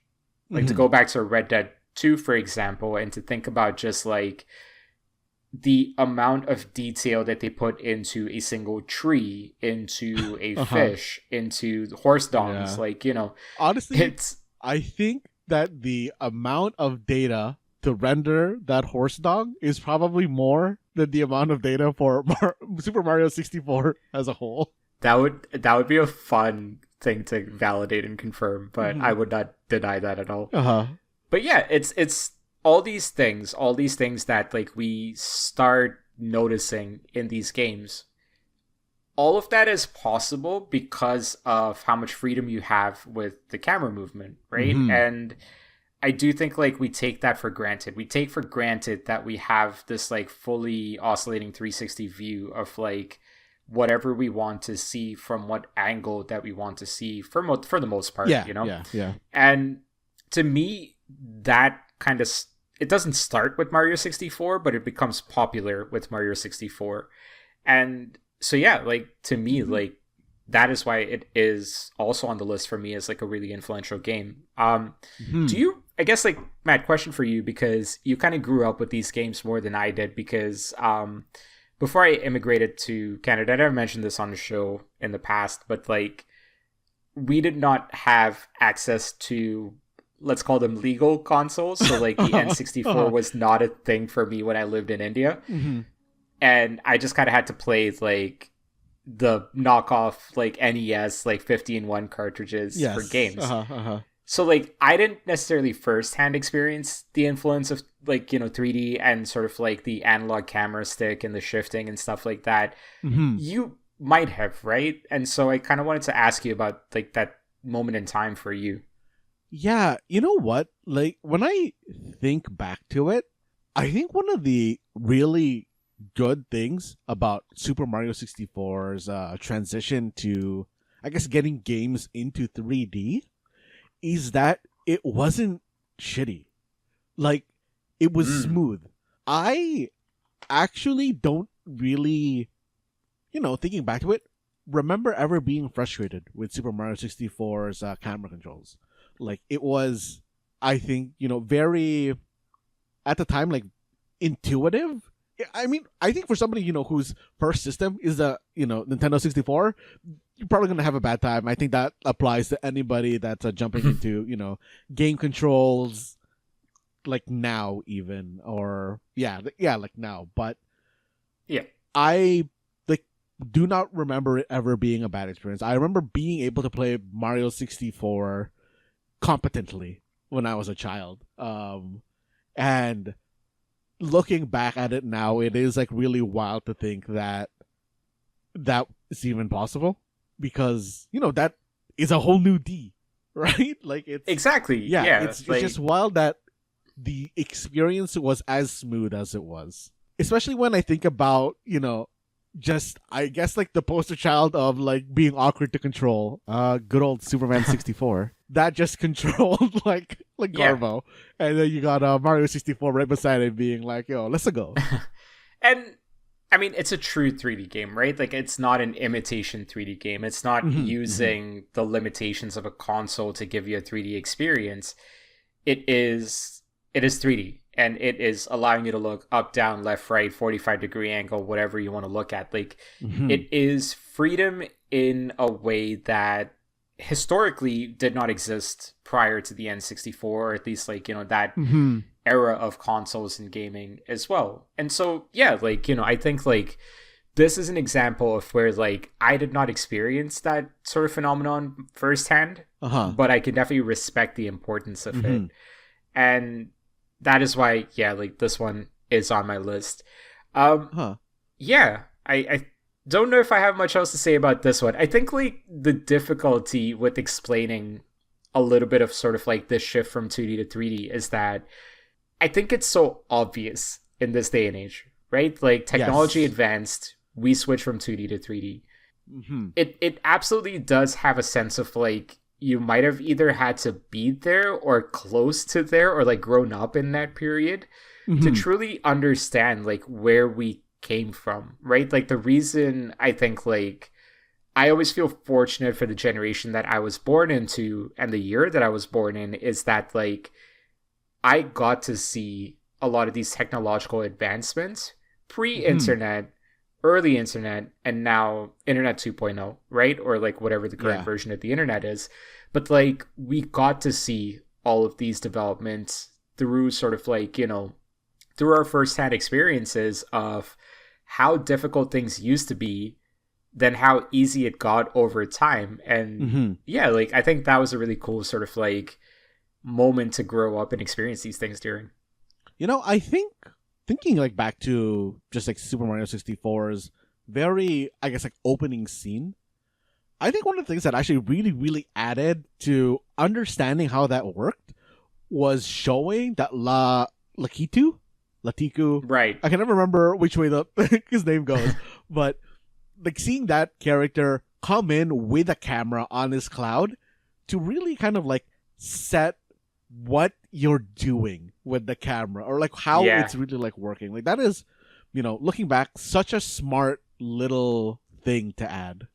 Nintendo's always been great with that stuff as well, right? Like, the technological showcases, the tech showcases that they do are always top notch. Even if in this day and age they might be charging you money to, like, do a tech demo, but yeah. That's Mario 64. Yes. Let's move on, I think. Matt, what do you got as the 5th game on our list, the 3rd game on your list? I'm really glad that you decided to, make that that tech demo goof, because my 3rd game, I guess, like, 6th game overall on this list. 5th game. 5th game on this list overall is another quote-unquote Nintendo tech demo game, which is Wii Sports. Oh, okay, that's a bold one. Let's hear it. I think that Wii Sports' introduction of motion controls is what puts it on this influential games list to me. Kind of, I think it goes without saying what Wii Sports is, but, it is, if you don't know what it is, it was a Wii game where you could play it was like I think 5 or 6 sports that they kind of used to. It was packed in with the Wii, and it was just a way for people to really get involved or like kind of learn how the Wii's controls worked, and kind of taking a step back to what we were saying or about Super Mario 64. Having Lakitu carrying the camera to like really explain how camera controls work, having real life sports explain how motion controls work, really kind of played very well here as well. Like I think after the kind of like Wii really took off, we saw the release of like the PlayStation Move. Microsoft is getting like the Kinect all up in there, and I think that if the Wii kind of didn't really do what it was doing with motion controls, we probably would never have gotten all like the VR stuff that followed around like I want to say like 2 or 3 generations afterwards. Right. And yeah, like that is the reason that I think Wii Sports really deserves to be on this list of influential games. Yeah, I think like the Wii motion controls in general, right? They completely changed Nintendo's operations, like the kind of gaming experiences that they built and worked towards. Like you still see it with the Switch Joy-Cons. Like it is so inherently a part of their thing. Sony had the PlayStation Move, and what's his name, Kevin Butler, the Sony advertising rep at that point and everything as well. Like I think it is absolutely undeniable that like the Wii and the motion controls in general became such a massive, the Kinect as well, right? Like all these things. So yeah, I can definitely see the case for Wii Sports. It's also, I think, like the first console that came out for me personally as I was entering adulthood, and so it's like having my own disposable income to go buy my own console and things like that, right? The Wii was the first one that I bought, and I remember, like, again, told the story before as well, but a friend of the show, Freddie, and I were like, we lined up outside of Walmart. There was like a little campfire going and everything as well. We disconnected a vending machine and plugged in a projector, and we're watching, I think it was Dark Knight or something at that point. It was, yeah, just a cool sort of like lived experience revolving around the Wii itself. But Wii Sports was one of the first games we tried, and yeah, I don't think you can deny the significance of it. So that's an interesting choice. Yeah, like I was debating between like a lot of things on like what to put on my list, because I was actually gonna say something along the lines of like Dance Revolution or Rock Band in terms of like peripherals, yeah, and stuff like that, but I feel like Wii Sports and its motion controls are really the highlight of change in game controls that like trumps makes it like trump like DDR or Rock Band. Yeah, I think that's very fair as well. So that is Wii Sports. Moving on to the 6th game, as we continue on through this list, I want to stick to around the same date range, like the mid to late 2000s. And I want to go with, I'm actually going to go with Call of Duty Modern Warfare 4 for this one. And I do think this one's a little bit of an interesting one in that I might need to explain this a little bit more than the first two. But Modern Warfare 1, Call of Duty 4 at that point, came out in, I believe it was 2007. I was just starting my time at EB Games, and the PS3 was still kind of like releasing. The 360 had just come out, I believe, at that point as well. Killer Apps was still a big conversation. Like everybody was looking for like the flagship games to play. And in the midst of all of that comes out this Call of Duty game that takes a franchise that was previously exclusively about World War One and World War II style combat and brings it into its namesake, Modern Warfare. And honestly, people were almost instantly like into this game. The impact of it is significant. You know, like I think if you take a look at the kind of first person games that came out after Modern Warfare came out in 2007, you can see a pretty obvious shift in development ideologies and dynamics and things like that as well. Battlefield went the same way as Modern Warfare did. There's a couple of other games that came out that followed sort of like the similar model with Modern Warfare 2. And I think just sort of like seeing a non-sports game at that point kind of cross over into like pop culture, like your mainstream culture, the way that Modern Warfare did, I felt like was sort of like the finale of, or like the accumulation, let's call it, of what was happening in the early and mid 2000s with gaming culture, and like, you know, just kind of tying it in a little bit more to like celebrity crossovers and like, you know, just I don't want to call it memeing because memes were not quite a thing back then still, but like almost tying it into like the low random stuff and like, you know, things like that. And I think like you were talking about World of Warcraft as well, right? And just how it influenced online gameplay too. I think Modern Warfare 4 is in the same boat. Like when you really think about just like, this was the first generation of consoles that I would say the online features, you could make a valid argument, were more important than the solo gameplay experiences. Yes. I don't know if that's fully true because PS3 still had games like Uncharted, for example, which were hotly popular. But even Uncharted, you can see like 3 onwards goes into online mode stuff, right? So like we were at the starting point of all of those things. And I think Modern Warfare 4 was absolutely one of the first sort of like big games that was a shooter, that was realistic, that was an accumulation of basically all of these things that like the game industry was building towards.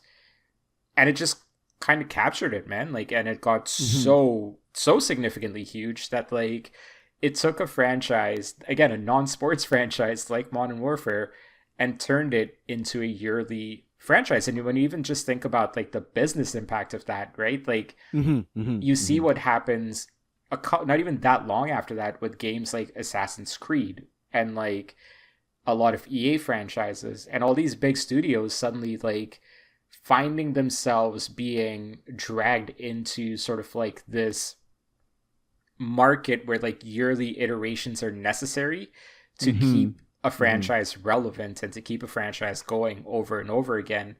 And so, yeah, to me, I think like Modern Warfare 4 is a very influential game if we're just looking at it through the lens of like what happened to the business of game development after that. I think it's really crucial to understand what Modern Warfare was in 2007. Yeah, no, I fully agree. Like, you know, while I never really, you know, stuck my teeth into like Modern Warfare or any of the Call of Duties because I'm a baby gamer and I don't like confrontation. Like, yeah, it really, I think, was I guess like it really was a turning point in game popularity. I don't want to say that like, you know, games were particularly locked inside of like geek culture, but this is, I think, you know, the point where it made it less so of like that kind of a thought process where, you know, like gamers is a normal thing for lack of a better way to put it.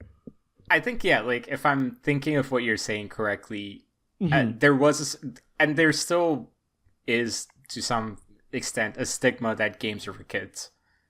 Yes. Right? And I think if you see it in 2025, it is quite weird to say that to folks who didn't live that experience in the early 2000s. Like, we lived that. And I do think we were also kind of like, you know, beneficiaries of the generation prior to us normalizing a lot of these experiences in a way that like we didn't experience it with the same level of vitriol as say like the Gen X folks might have experienced it with, right? But like there still was a stigma, like, you know, Nintendo games, and I absolutely fell victim to the sentiment too, right? Like Nintendo is for kids. I'm 17 years old. I need a PS3. Like, you know, it's like I absolutely was that person as well. And I think like especially when you think about like just testosterone fueled boys like 18 to 24, even like 15 to 24, let's say, like they're going to want to go for the things they find quote unquote cool, right? Like you think about a Grand Theft Auto, you think about like Modern Warfare. I think like if I can't remember if it was Modern Warfare 2 or COD 4 Modern Warfare that had the no Russian mission, which also was like hotly controversial at that point as well, that you could actually skip playing that mission. But like that was also like, another like shock value thing that like, yeah, like the predominant audience of that time that games were being marketed to, and that's an important distinction, that it was being marketed to, was absolutely the audience that did not feel like they wanted to play quote unquote kiddie games anymore, right? And so that whole like games are for nerds thing kind of fell by the wayside once you get a game like Modern Warfare 4, which is this super realistic experience, and like, the guns are real and all of that shit. So yeah. Yeah, I definitely agree. So yeah, I mean, like that's Modern Warfare 4. We're through 6 games on this list. Each of us have 2 left to go through. Matt, what's the next one you want to talk about? Rakush, I am gonna go play on the a little dirty side here of influential games. Rakush, I am going to bring a gacha game to the most influential list of Granblue Fantasy. Matt, before we talk about Granblue Fantasy, you won't believe it. Have received another text message. Ooh, okay. Good news. The One Punch Shriek that Jaren did clear up a pretty large space. He's made progress in getting out of there. He's not fully out yet, but on his way out, he found 2 pieces of information that he wanted to share with us, Matt. So I just wanted to share this, and then we'll get back to this list here. But he said, still in love, coming to Japanese Uma Musume. She was a triple tiara winner, but after she lost the Queen Elizabeth II Cup, she never recovered.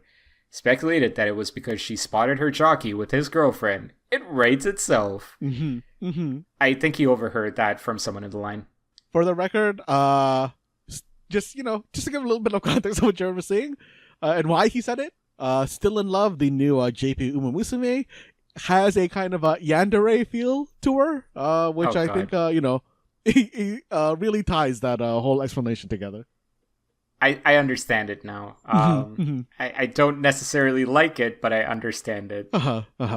Yeah, here's another text message. Bang Dream, which I've always called Banji Dream, I don't know why, is now collaborating with Oshinoko, a series we've talked about here. And it's coming to EN on the 27th. Once again, is that August or September? Not sure. He's in a bit of a rush, so he's just sending it to us quickly as much as he can. But he also said they're also patching out all the Hololive collab songs. Hololive collab will probably never come to EN.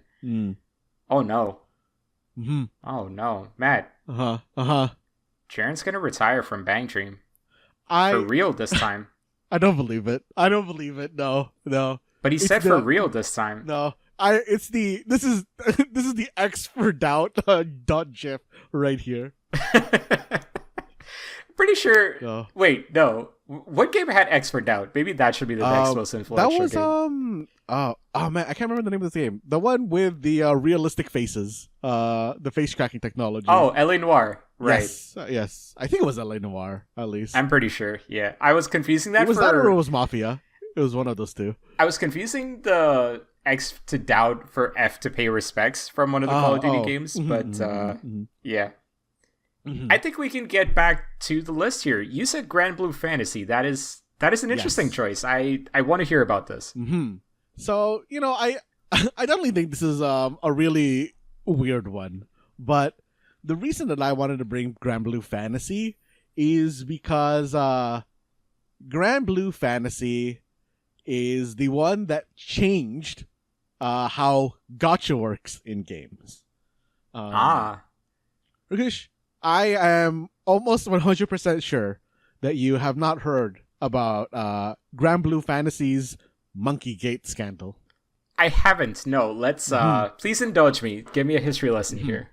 So basically, there was like a time in Granblue Fantasy where they were kind of doing like this Chinese zodiac. I guess like these like characters based on Chinese zodiac, and for the character that was associated to the monkey, there was a streamer who was kind of just doing live polls, and this was at the time where I don't want to say gacha was in its infancy, but like there was a lot less regulation around gacha. And he was doing live polls until he pulled the monkey. Okay, Rakush, how much do you think this streamer ended up spending before he pulled monkey? What year is this in? This is in 2016. Okay, 2016. I'm gonna say 1,000. Okay, Rakush, you are off by a factor of 6. What? This guy, he spent. Actually, you know what? You're off by more than a factor of 6 because I'm assuming you meant 1,000 Canadian dollars. He spent the equivalent of $6,000 before he got the pull for this character. Dude, what? And this I guess it had like been building up, this whole time, but I think this is like really the spark that set off the explosion, where because of this is when gacha pity systems got added. Prior to this, it was all pure blind luck. After this point is when they started adding systems like, oh, you are guaranteed to get the character now after 200 rolls, or this is also the point where it was never, I guess, like mandated rules wise or laws wise. But the Granblue Fantasy devs also added the pull rates. Like the things that like shows like, oh, this is your chance of pulling this character on this banner. That was never publicized or like given as like standard information. But from this point onwards, it was put into, I guess, like that information is available for you when you're pulling. And I don't know, like I think that this whole incident is very important in the gacha space because Rakush, 6K USD in 2016, that's a lot to spend on some gacha games, and that's a lot of money in any era that you live in, dude. I wanted to quickly read off this blurb again off of Wikipedia itself, but the reason for the changes happening is after the situation happened, the Japan Online Game Association imposed stricter restrictions on the industry after players streamed themselves spending around 6,000 USD, like you said, attempting to get Andira, which was the name of the character. There was a time-limited period where Andira's appearance rate increased, with her becoming more difficult to acquire on Jan 3rd, fueling pressure on players to attempt to get her immediately. Frustration and claims of Andira's drop rate being less than advertised led developers Side Games to offer compensation in crystals to people caught in the incident. A promise to set up a system to automatically give a drop after too many misses, like you said, the pity system, and an apology from the management. On Jan 8th, they issued an in-game apology for the confusion. After the change in policy, players choose and immediately acquire a desired character after spending 90,000 crystals, totaling 300 draws. I don't know how much that means from a financial standpoint. Yeah, like honestly, the amount, like the cost per draw is always kind of up in the air for like the game itself. But adding that pity system, I think, is the most important part of Granblue, the reason that I have Granblue Fantasy on this most influential games list. So, I think like the specific incident itself is, of course, extremely influential in the gacha games that we know in this day and age, right? But in general, gacha games, like, when did Zenless Zone Zero come out? I think, or sorry, not Zenless Zone Zero, Genshin Impact. That came out like 2020 or 2021, correct? Like, it's not it was like very close to pandemic. Yeah. And I think like when you and I were just kind of looking up some information about these things, like we saw this one time-lapse video, which unvalidate, like it's not fully validated or anything, but like the thing that I found the most interesting was whatever metric they were using, the moment Genshin Impact came out, like it just was skyrocketing into numbers that no other game had reached before, whether that is downloads, engagements, like, active players. I'm not sure what that number is, but the point being that Genshin Impact really also just kind of like brought gacha game mechanics into, or it feels like it kind of popularized gacha game sort of like purchase mechanics into platform games and like console games in a way that I personally don't love, but like even playing like an MLB in this day and age, like they have booster packs that you have to unlock and get like, unlockable bats and gloves and things like that from it as well. And so just in general, yeah, like we talk about just gacha games being wildly popular. It's also wildly important, like what it's done to sort of like the microtransaction environment as well, right? Like I am famously on this show against any microtransactions in general. I don't like it. I will buy some, but I don't like it. And then like you make it far worse by introducing gacha elements to those games, and it's like, bruh, I don't know. Yeah. It's rough. It's not great. As now somebody who's in this gacha hole, it's not great. I don't like it. Yeah, and it's an interesting one from our list that I would say undeniable influence. I wish it wasn't influential.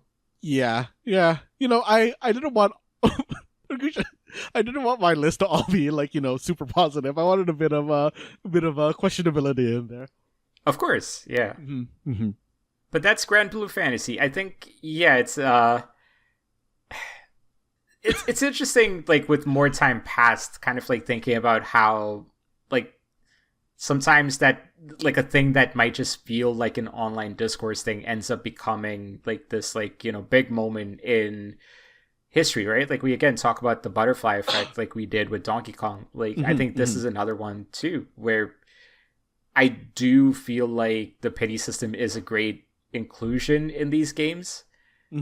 I think it has also really played a role in making these games more popular than it might have been before 2016 as well. And so it's all fascinating to me from that perspective. But yeah, Granblue Fantasy. I'm gonna save my bummer one as the last one, but for the second last one, end on a bummer. That sounds good. End on a bummer note, yeah. But I do think for me, if we talk about the most influence, like kind of teasing it a little bit, if we talk about the influence of like certain moments or certain games, like the last one to me, its influence is unmatched, and we'll get to that. But I actually wanted to mention, so I had it written down as Arkham Asylum, specifically for the detective mode, but I want to pair it up actually, because I want to say it's like Assassin's Creed and Arkham Asylum in some sort of combination with each other. Both these games came out within a year of each other, so like I wouldn't necessarily say one influenced the other. I feel like these mechanics were being worked on around the same time. The mechanic I'm specifically talking about is detective mode for Arkham Asylum and Eagle Eye for Assassin's Creed. And the reason I kind of wanted to talk about these, and we have mentioned the detective mode thing in passing a little bit on, not even that long ago, I would say a few months ago, in fact, is just sort of like how certain like action platforming games became reliant on similar mechanics. I think like we talk about Assassin's Creed as well, right? Like that whole sort of like eagle eye thing, it changes things so that you're more able to focus on the enemies that you need to attack and things like that. But also like the importance of it as you get into game worlds that are more populated, or game worlds where the scope of things is just larger and larger and larger, or like you go for realisticness with the lighting and the shading and the rusting on like metal items and stuff like that. And the more that happens, the more characters blend into the background. Like, how do you pay attention to those characters? How do you pinpoint those characters, sort of thing? Yeah. And this mechanic was kind of used to set that up in these games. In Arkham Asylum, I think like it is like, I still remember playing it the first time and being like, wow, this is holy shit, like I've never. First off, it's such a perfect mechanic for Batman itself, but like as far as just kind of playing a game is concerned, yeah, like that was like completely revolutionary for me as well. Transparently, I do feel like this is probably the most subjective addition to my list because of my affinity for Arkham Asylum, if I'm being a little self-aware here. But I do kind of feel like if you just take a look at how a lot more games in the decades since have been implementing similar mechanics, it's difficult for me to deny the mechanic itself being very influential on like these big studio games moving forward. And so, yeah, Matt, I don't know if you have a lot to say about these mechanics. I don't really have much else to say here either. I feel like this is something I simultaneously like and hate. On the plus side, it really makes it easier to like know, what you're supposed to be doing in a very efficient way. But I've said this like time and time again on the mistake zone. I will efficientize the crap out of like how I play, and I feel like this is one of those things where it really is the most efficient way to play to a point where it's like almost detrimental to the style of the game itself. 100%. So I think like when I think about detective mode specifically, it is extremely unique to the way Batman as a character is, right? And so like Batman's historical, like you can pinpoint any story, and if you said that story had him with detective mode in it, I would believe it. He is a master tactician, master technician. He's got the money to make such like, technology. That's his character. And so like, if you tell me detective mode for Batman, it makes complete sense that that character would have it. But then like, when it starts getting implemented into any and every game, like Red Dead 2 does have a similar mechanic where like, you basically like lock on to an animal trail or like, footsteps or whatever it is. Yes. And it is a gamified version of tracking and hunting down animals and stuff like that. So like, and you can use it for enemies and everything too. But like the in-game version of it is just like a streak almost of like this like yellowish hued air or whatever, it's almost meant to be sort of like instinctive or whatever. But is that a natural addition to the game? I don't know, right? Like I would say partially because it's tied to like footsteps and stuff like that. But the way it actually shows up on screen to me does take you out of the experience a little bit. Deadeye, like the way where you slow down and just aim your gun at an enemy, like that also to me feels like an unnatural addition to what it is that like the game is. I'm not saying this is a complaint, it's just the way the games are made nowadays. It's kind of a given. I think like if you talk about the influence being negative, I think the influence's issue is it's kind of going back to our Squid Games conversation. Once it's out there, art is up to like the recipient, right? Like developers see detective mode, studios see detective mode, and they feel like we need our own version of this out there. Yeah. And I think that part is kind of annoying, but it definitely did influence how games were made in the same genres for a while after that. Yeah, it definitely did that to it. The games, I mean. Well, let's move on from detective mode here. You got one left on your list, man. Let's hear it. Yes. The last one I have is something that didn't really affect us, here in the Western world, but was more so a thing in Korea that eventually made its way here. I am bringing, as one of the most influential games, I'm bringing Starcraft and its influence on games through esports. I am very glad you have this on the list. Rakush, I don't know where you stand on it anymore, but I know, like, back during Saturday morning arcade days, you were, to put it very lightly, not fond of the term esports. Oh, I had a whole monologue that I had done for it once. I remember that one. But, I think that when you look at what StarCraft 1 did to Korea's, it's weird to say like Korea's esports scene, I guess, like how StarCraft 1 started Korea's esports scene is crazy. Would you argue that it's the gaming scene, period? Yes, yeah. You know what? Actually, it probably wasn't even called like esports back then. Yeah, it was just like professional gaming in general. Yeah, like did game cafes exist? Internet cafes exist before a Starcraft? I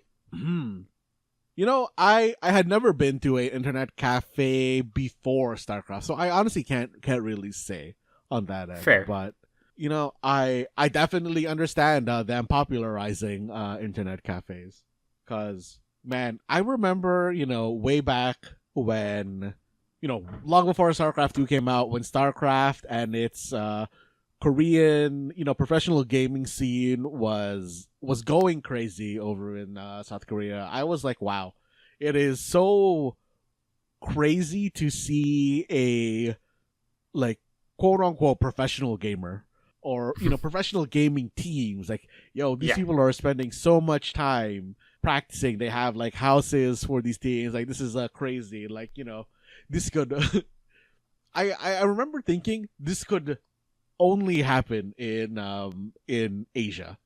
right? I just, like, at the time could not fathom that being a thing here.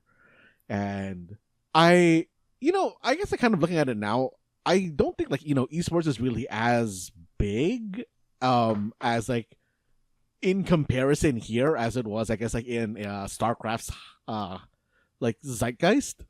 But I feel like it kind of just, like, more so here. There was a very big esports boom for a good amount of time, but I feel like that was more so just eventually engulfed by the streaming and, like, like game influencer scene itself. So I wonder how much of the boom dying had to do with, like, COVID happening, because I do remember, like, them filling up arenas, like, to the brim. And to be fair, like, Evo, like the fighting game competition and the fighting game tournament, also was kind of filling out arenas as well. So that's why I wonder, like, if COVID really had a big impact on the production element of things, and like, just the budget side of things there. I do. Okay, like, I very much understand, like, COVID kind of shitting on the esports scene in general, but I also do feel like it had just also hit a point of, I guess, esports fatigue. Like, there was a point where every game was trying to be an esport. Like, they were trying to set up competitive scenes, and it was kind of just like, is this actually going to work? Like, StarCraft having its own kind of, like, legs, like it's, I guess, like, StarCraft being kind of just, like, almost built up. Like, it wasn't Blizzard trying to make an esport. It was just that StarCraft became an esport. And I think there's just like go ahead, sorry. No, I was just gonna ramble. You can say your thing. I think, like, there's another really important part of StarCraft's influence on esports that we do need to talk about here as well, Matt. And I think it's the creation of Dota. Because the entire concept of Dota and the following, like, boom of League of Legends and even Dota 2, like, none of that exists without StarCraft. And like, we talk about esports as it currently is, like, where is it most popular? It is in League of Legends. It is in some of these Dota style games. The user map setting games were, like, all crazy in, like, across all of the Craft series. Yeah, and even just, like, in general, like, you play a game like Overwatch, right? Like, is that Dota kind of in first person mode?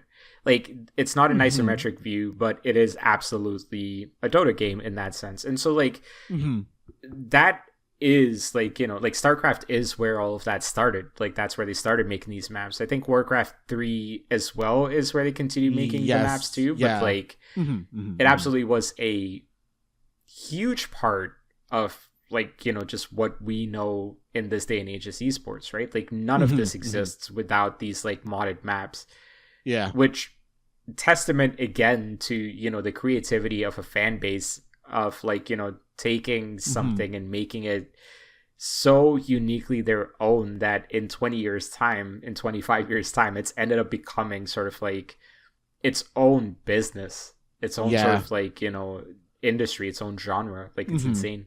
Yeah, like I was actually like initially debating on if I wanted to put something related to like mods on my list, and it was like StarCraft and Half-Life that were both the Yeah. ones that were like, oh, like you have user map settings in StarCraft, and Half-Life itself just had like a very big mod scene, Hmm. where people were kind of just like making games using the what's the name? Do you know the name of the engine that Half-Life used? I can't remember it off the top of my head right now, but it was a Yeah, I very can't. Sorry. yeah, it was like a very popular just like engine for people to like mess around with, and I don't And know, like it's that's how crazy. like Team Fortress got created as well, right? If I remember correctly. Yes, Team Fortress was a mod essentially, in the same way that Right. Dota was essentially a mod for Both of those Warcraft were 3. mods, yeah. Mm-hmm, And mm-hmm, like yeah, when you think about like a lot of just like the Half-Life sales in the latter part of like that game's existence, especially in like physical mm-hmm, copies, it was through the mm-hmm, Orange Box. The Orange mm-hmm, Box was a culmination of like Half-Life 2 expansions, Team Fortress 2, and like all these kind of things, right? So mm-hmm, mm-hmm. yeah, I like the more we talk about this, the more like StarCraft absolutely feels like, if you're just like, we're not doing rankings here, but at Uh-huh, least in uh-huh. like the lists that we've shared, like I don't know if there's many games on this list that you could say have been as influential as StarCraft has been in just sort of like terms of what has happened within the industry, right? Like Mm-hmm, it's mm-hmm. not in the genre, because I don't think it necessarily popularized RTSs per se, but like it Yeah. absolutely made esports a thing. It made Dota a thing. And so like Mm-hmm, mm-hmm, yeah, just the true impact of this game are just so wide. mm-hmm, mm-hmm, mm-hmm. Yeah, like StarCraft it's very very I think far-reaching in terms of what Yeah. it's done. And I think let's move on to the last one, Matt. Mm-hmm. Actually, sorry. So Do you have any like extra ones you wanted to mention, or like honorable mentions. yeah, like do you want to do that now before the last one, or like after the last one if you have any? Yeah, no, I think that's fair. I think I'll give one honorable mention Mm-hmm. for this one, Okay. because this might be something I would love to chat about with more influential games in the future Okay. that might get into more specifics. But Mm-hmm. I'm comfortable mentioning Madden 2004 specifically as another game that I was debating adding to this list. It was Mm-hmm. between that and Call of Duty 4 Modern Warfare, because we chatted about the Madden documentary on an Mm-hmm. episode a few months back, and I think we covered in extensive detail just sort of like how influenced that franchise is. And so I didn't want to revisit that entire conversation, but Mm-hmm. I think like if you just take a look at Madden as a franchise, like 2004, 2005 is kind of when it really started becoming this sort of like pop culture behemoth that it is this year, the iteration that we've all come to expect it to be. Mm-hmm. Um, well, maybe not what we expect it to be. It's quite buggy nowadays, but like, just what we, Uh-huh. yeah, Uh-huh. like, I think it's just kind of become this thing, I guess, that like Mm-hmm. it's just unstoppable at this point. And I think like a good reminder maybe to like, by mentioning Madden 04, go check out the Madden documentary. It's the modern day stuff, again, quite PR fluffy, but like the historical stuff is a really fascinating and a really cool insight into again, the coincidences that lead to Madden being a game, and the risks that they took to make this game, and the imagination it required to overcome some of like the technological limitations that they had with old consoles as well. Mm-hmm. It's a really fascinating dive into that stuff, so I do highly recommend checking that documentary out. Mm-hmm. Matt, do you have any honorable mentions? Yeah, I have some honorable mentions that are I think kind of just like alternates of stuff that I had already thrown up. Kind of on the bummer side, I wanted to push up Candy Crush and Oblivion as microtransactions. I didn't put these ones because I just kind of couldn't narrow down which one I wanted to put. But like, I wanted to throw either like Rogue, Metroid, or Souls, or Harvest Moon as a Hmm. influential game, just because those are all games where it's like, oh, you have a Rogue like or a Metroidvania or like things that define the genre basically. It Sure sounds like your honorable mentions list is a full 4 or 5 extra games that we could do a future episode I on. like had another one. Yeah, I had a bunch, and I wanted to also, kind of just want to throw this. I wanted to throw Broken Age up there, as I think that one was the poster child for Kickstarter and early access. Interesting. Mm-hmm. Very diverse list that you had there. And hey, honestly, this has been a fun chat. I would love to do another episode like this in the future. Like, if we are again like in the dog days of summer where we don't have much to chat about, like plenty of games like this, right? And that's, I think, like the beauty of just sort of like visiting video game history in general is there are, for many, sometimes very specific reasons that a game is influential, and we can cover that in the future potentially as well. But we've been going quite long here, and we still have to get to Don't Match Me as well, so why don't I just jump into the last game that I have here, which is Mortal Kombat. I feel like my list would have been incomplete if I did not talk about Mortal Kombat, and specifically the ESRB creation that came through as a result of this. We all know what the ESRB is: Entertainment Software Rating Board. We all see that icon in the bottom left corner. I used to see it a lot when I would tell kids, no, you cannot buy Grand Theft Auto IV because you need to be 17 plus to buy the game. So like, we all know what this is. The why of it is the more fascinating thing. And I remember like the first time I'd heard about something like this was essentially watching like G4 TV back in like, the mid 2000s, the late 2000s. And I think it was on XPlay or like one of their shows where they were talking about essentially just like the reason for the ESRB existing are games like Mortal Kombat and Night Trap. That was the other game. And so like it gets formed in 1994 in response to just sort of like there's US congressional hearings that are talking about violent video games and its impact on kids. It's a tale as old as time, right? Like as unfortunate as it is, the contents of a game are used as a scapegoat to excuse the lack of parenting when something unfortunate happens, or to excuse the lack of oversight when like, kids are quote unquote influenced by these games. But yeah, like, I think like when we talk about Mortal Kombat, kind of like Starcraft as well, though, like I do feel like just as a pop culture phenomenon, right? Like it is inherently the most 90s story if you really think about it. It is media that is rebelling against the machine, quote unquote rebelling against the machine, right? Like it is this just like very like heavy metal ass like video game that is just full of like blood and guts and like pure gore and shit like that, and it's amazing and people love playing it, and like kids are like, wow, cool, badass, right? Like it's like when you get a flesh wound and you keep poking at it, like it's that same thing, that same fascination that kids have, I guess, with like gore and violence. And of course it becomes a scapegoat, but then it also becomes a pop culture icon. And in a time where like, I would even also argue it has a separate impact and influence as well, which is like, I would argue probably the most successful North American fighting game franchise.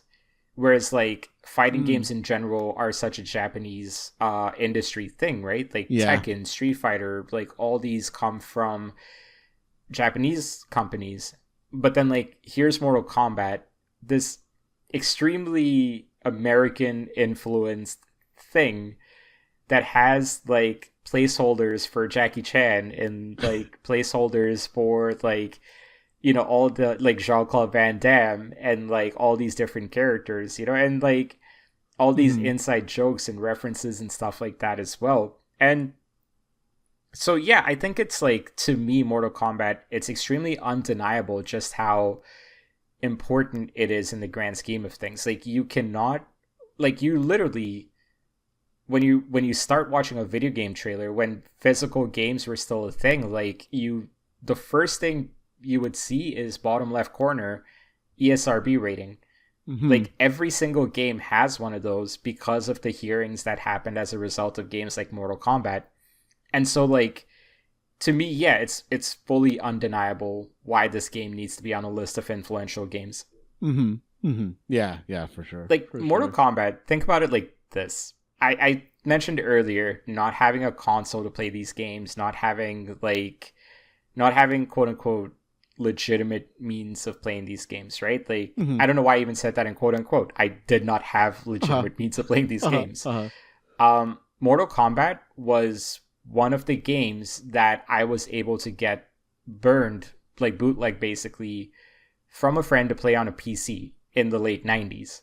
And like even from my limited exposure to video games, like there were a few handful of games that I absolutely knew about, right? Super Mario Mm-hmm. Mm-hmm. Brothers, Tiny Toon Adventures, funny enough. Mortal Kombat is another one of those. And so like we talk about just sort of like global relevancy or like, you know, just sort of global popularity or just sort of like having, I know cult status goes against the definition of influential because cult in general just means like a sort of isolated community. But this community that like worship Mortal Kombat was so large. Like it's cult status, but yet also like super duper popular cult status. I know it's a contradiction to itself, but yeah. Uh-huh. Uh-huh. Uh-huh. Uh-huh. But Well, yeah, man, like it's just like one of the more fascinating sort of like extremely 90s games that for as long as games exist, the impact of Mortal Kombat is going to be around forever. mm, yes, probably. Yes, yeah, definitely for very big games. Yeah, for sure. Until games don't exist anymore. Honestly, like this actually got me thinking that like I while you were kind of talking about the ESRB ratings, I'm actually very surprised at how few indie games. So I was just kind of just like going through Steam and like Google to see like, hey, what are some indie games getting as ESRB ratings? And I'm just surprised to just like not see it there at all. At I least mean, through Steam. But I guess for indie yeah. games, it's a whole different thing. And honestly, I was just saying this now. For hentai games, it's not on there either. I'm was just I checking those think as well. so I'm pretty sure you need to have an ESRB rating to be added to like an Xbox store or a PlayStation store, or Mm. Nintendo store. So I think Steam has been a little bit of a lawless land in Yeah, the that's last true. half decade, let's say. But like, I do think like even like the Epic Game Store, for example, you do need an ESRB for that, from Oh, what I okay. understand. Mm-hmm, mm-hmm. That Not bad.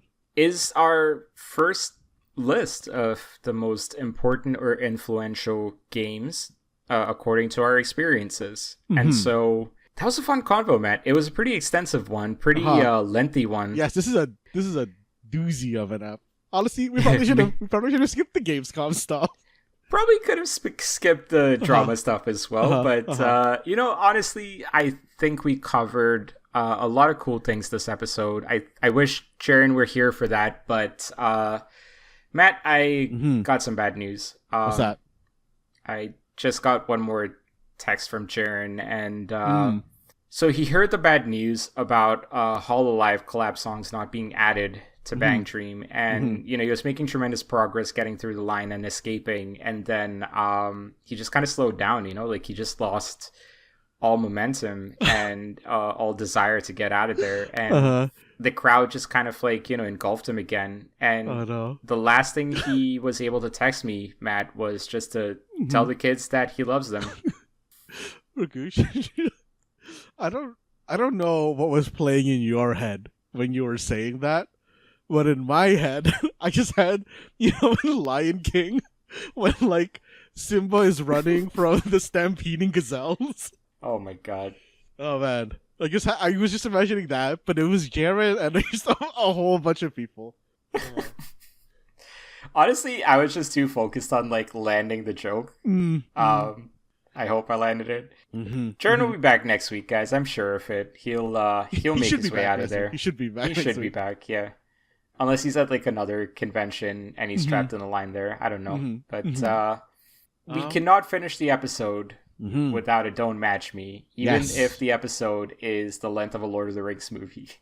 Oh, yeah, not quite yet. Not quite yet. We're getting there. Maybe we're getting there. Don't match me. Let's finish don't match me. Yeah, let's see where we get at there. So this week I am going to be running the Don't Match Me challenge. And for those of you who don't know what this is, it is a challenge that we do at the end of every episode, or at the end of most episodes, where I, the question asker, am going to ask you, the listener, along with my co-host Rakush, 5 questions, and I'm gonna give 5 answers. The goal for the players is to provide answers that don't match my answer. Now, of course, listener, if you want to, play on a harder difficulty, you can not only not match me, you can also try to not match Rakush as well. And remember that this is a podcast, so if you need some time to think, just hit that pause button, Google an answer, and then start us right back up again, because we're always going to be on the other side of that play button. Now, Rakush, yes, you had a hard day today at work. I probably didn't have as hard of a day, but I had to go into the office today, and I don't like going outside. So, Rakush, I'm going to do an Office 365 Don't Match Me. Oh God, come on, bro. I've literally worked 12 hours today, and you're gonna hit me with this. You have that 12 hours of work to really think about Office 365. Dude, I might not even have to look anything up for this one. Rakush, I actually don't think that you will. But starting from the top, my first question is, name any Excel function. You go into Excel, you hit like equals, and then you type in a little word, put in your open parentheses, fill in those variables, put that close parentheses, and still do something real cool. I just want you to name any one of those functions. Okay, I got one. All right. I know you're not going to match me on this. So, name that Excel function in 3, 2, 1. I'm going with, I think, one of the kind of first quote-unquote intermediate ones that you learn when you start to dive into Excel functions. I'm going with the X lookup. Interesting. Okay. I'm going to go with the workday function because sometimes we need that when we're calculating delivery dates that cannot fall on weekends.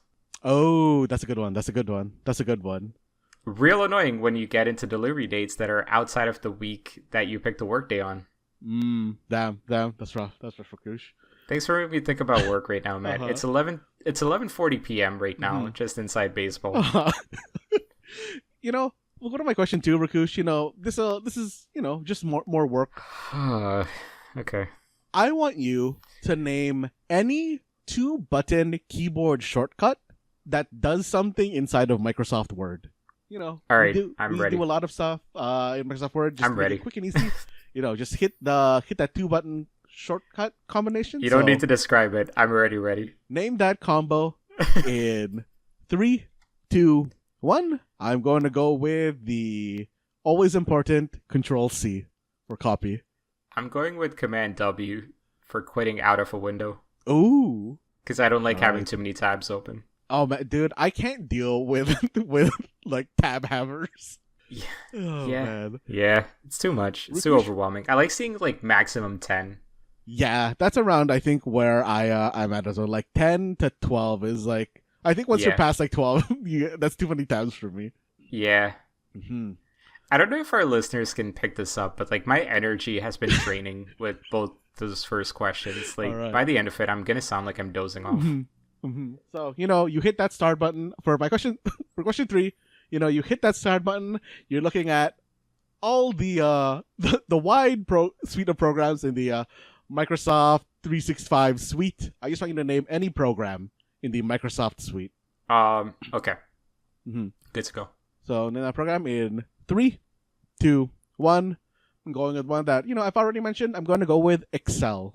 Yeah, I knew you were going to go with that one, which is why I picked PowerPoint instead. Because I knew you wouldn't pick PowerPoint.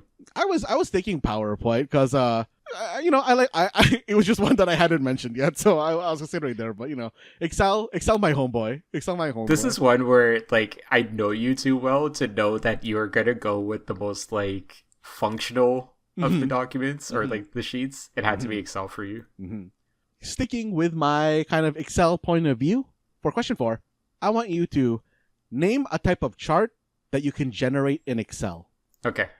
You have your set of data. Ooh. You write. I don't know if you can right click immediately into make it into a chart, but you can make it into a chart on the data tab somewhere. So name that chart in 3, 2, 1. I'm going with one that I learned the name of through Excel. I'm going to go with the radar chart. Ah, interesting. Mhm. I'm going with the Gantt chart. Ooh, that is very project manager of you. I don't like. Okay, inside baseball. Mhm. Typically, like we take like a 30-second pause between the question and then answering it because sometimes we're looking things up here. Uh-huh. I cannot exaggerate for the listeners how quickly I am coming up with answers right now, and I do not like that. I do not like how instinctively these things are coming to me. Okay. Rakush, this is going to be another instinctive one for you as a project manager. Because my final question, the most specific question 5, name any way that you can respond to a meeting in Microsoft Outlook/Teams. What do you mean respond to a meeting? Like an invite? Yeah, if somebody sends you a meeting, you have 4 ways, to my knowledge, that you can respond to it. Okay. I just want you to name one of those ways to respond. Sure. All right. So, name that response in 3, 2, 1. I'm going with my favorite, tentative. I'm going with proposed new time because I have to keep shifting my meetings so many times. Oh man, I guess that's one that I never have to hit. Right, yeah. Like I'm just like sometimes so overwhelmed. Like there's days where like literally I'll have meetings like back to back to back and I'm like, this gotta move. Otherwise I'm not making it to the bathroom. Rakush, listener. God damn it, Matt. I'm okay, I guess it's more so Rakush thing than listener thing. I'm really glad at how quickly Rakush was able to move through my Microsoft 365 Don't Match Me challenge. And a listener, I hope that you were able to move through it very quickly as well. Oh god.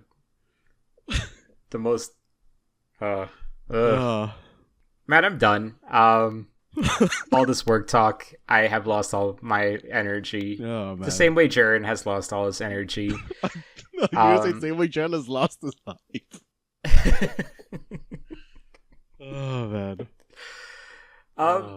No, thank you for coming up with that Don't Match Me. It's always a reminder of how long I've been doing this job, that these things are just second nature to me. But also thank you for, taking the time to chat through the influential list, for indulging my conversation around Squid Games. More of Be Dramatic next week onwards. That should be a fun one. And thank you for editing this episode. This 2-hour, 35-minute long episode. That is insane. Oh man, yes, this is a surprisingly long one for just us two. But considering, we were like short a person. Ooh. Rakush, I want to thank you for really taking the reins of hosting this episode. I want to thank you for bringing a new segment to the show, and coming up with the idea for the influential games talk that we did this episode. Yeah, and for anyone that has listened to this episode and you want to mention some games that like you feel are influential, send us an email, message us, add a comment to our YouTube video for this one. I will just encourage you to think about influential and important in an objective sense. Try to get rid of like your own personal biases, even if it's not fully possible. It'll get you to some really interesting answers with this question. And that's why I kind of wanted to talk about that today. And I'm glad we did. That was a fun conversation. For sure. So Matt, it's time you took it away. All right, this has been the Mistake Zone, and we're all out of the chance to get the DBGT 420 license plate. God damn it.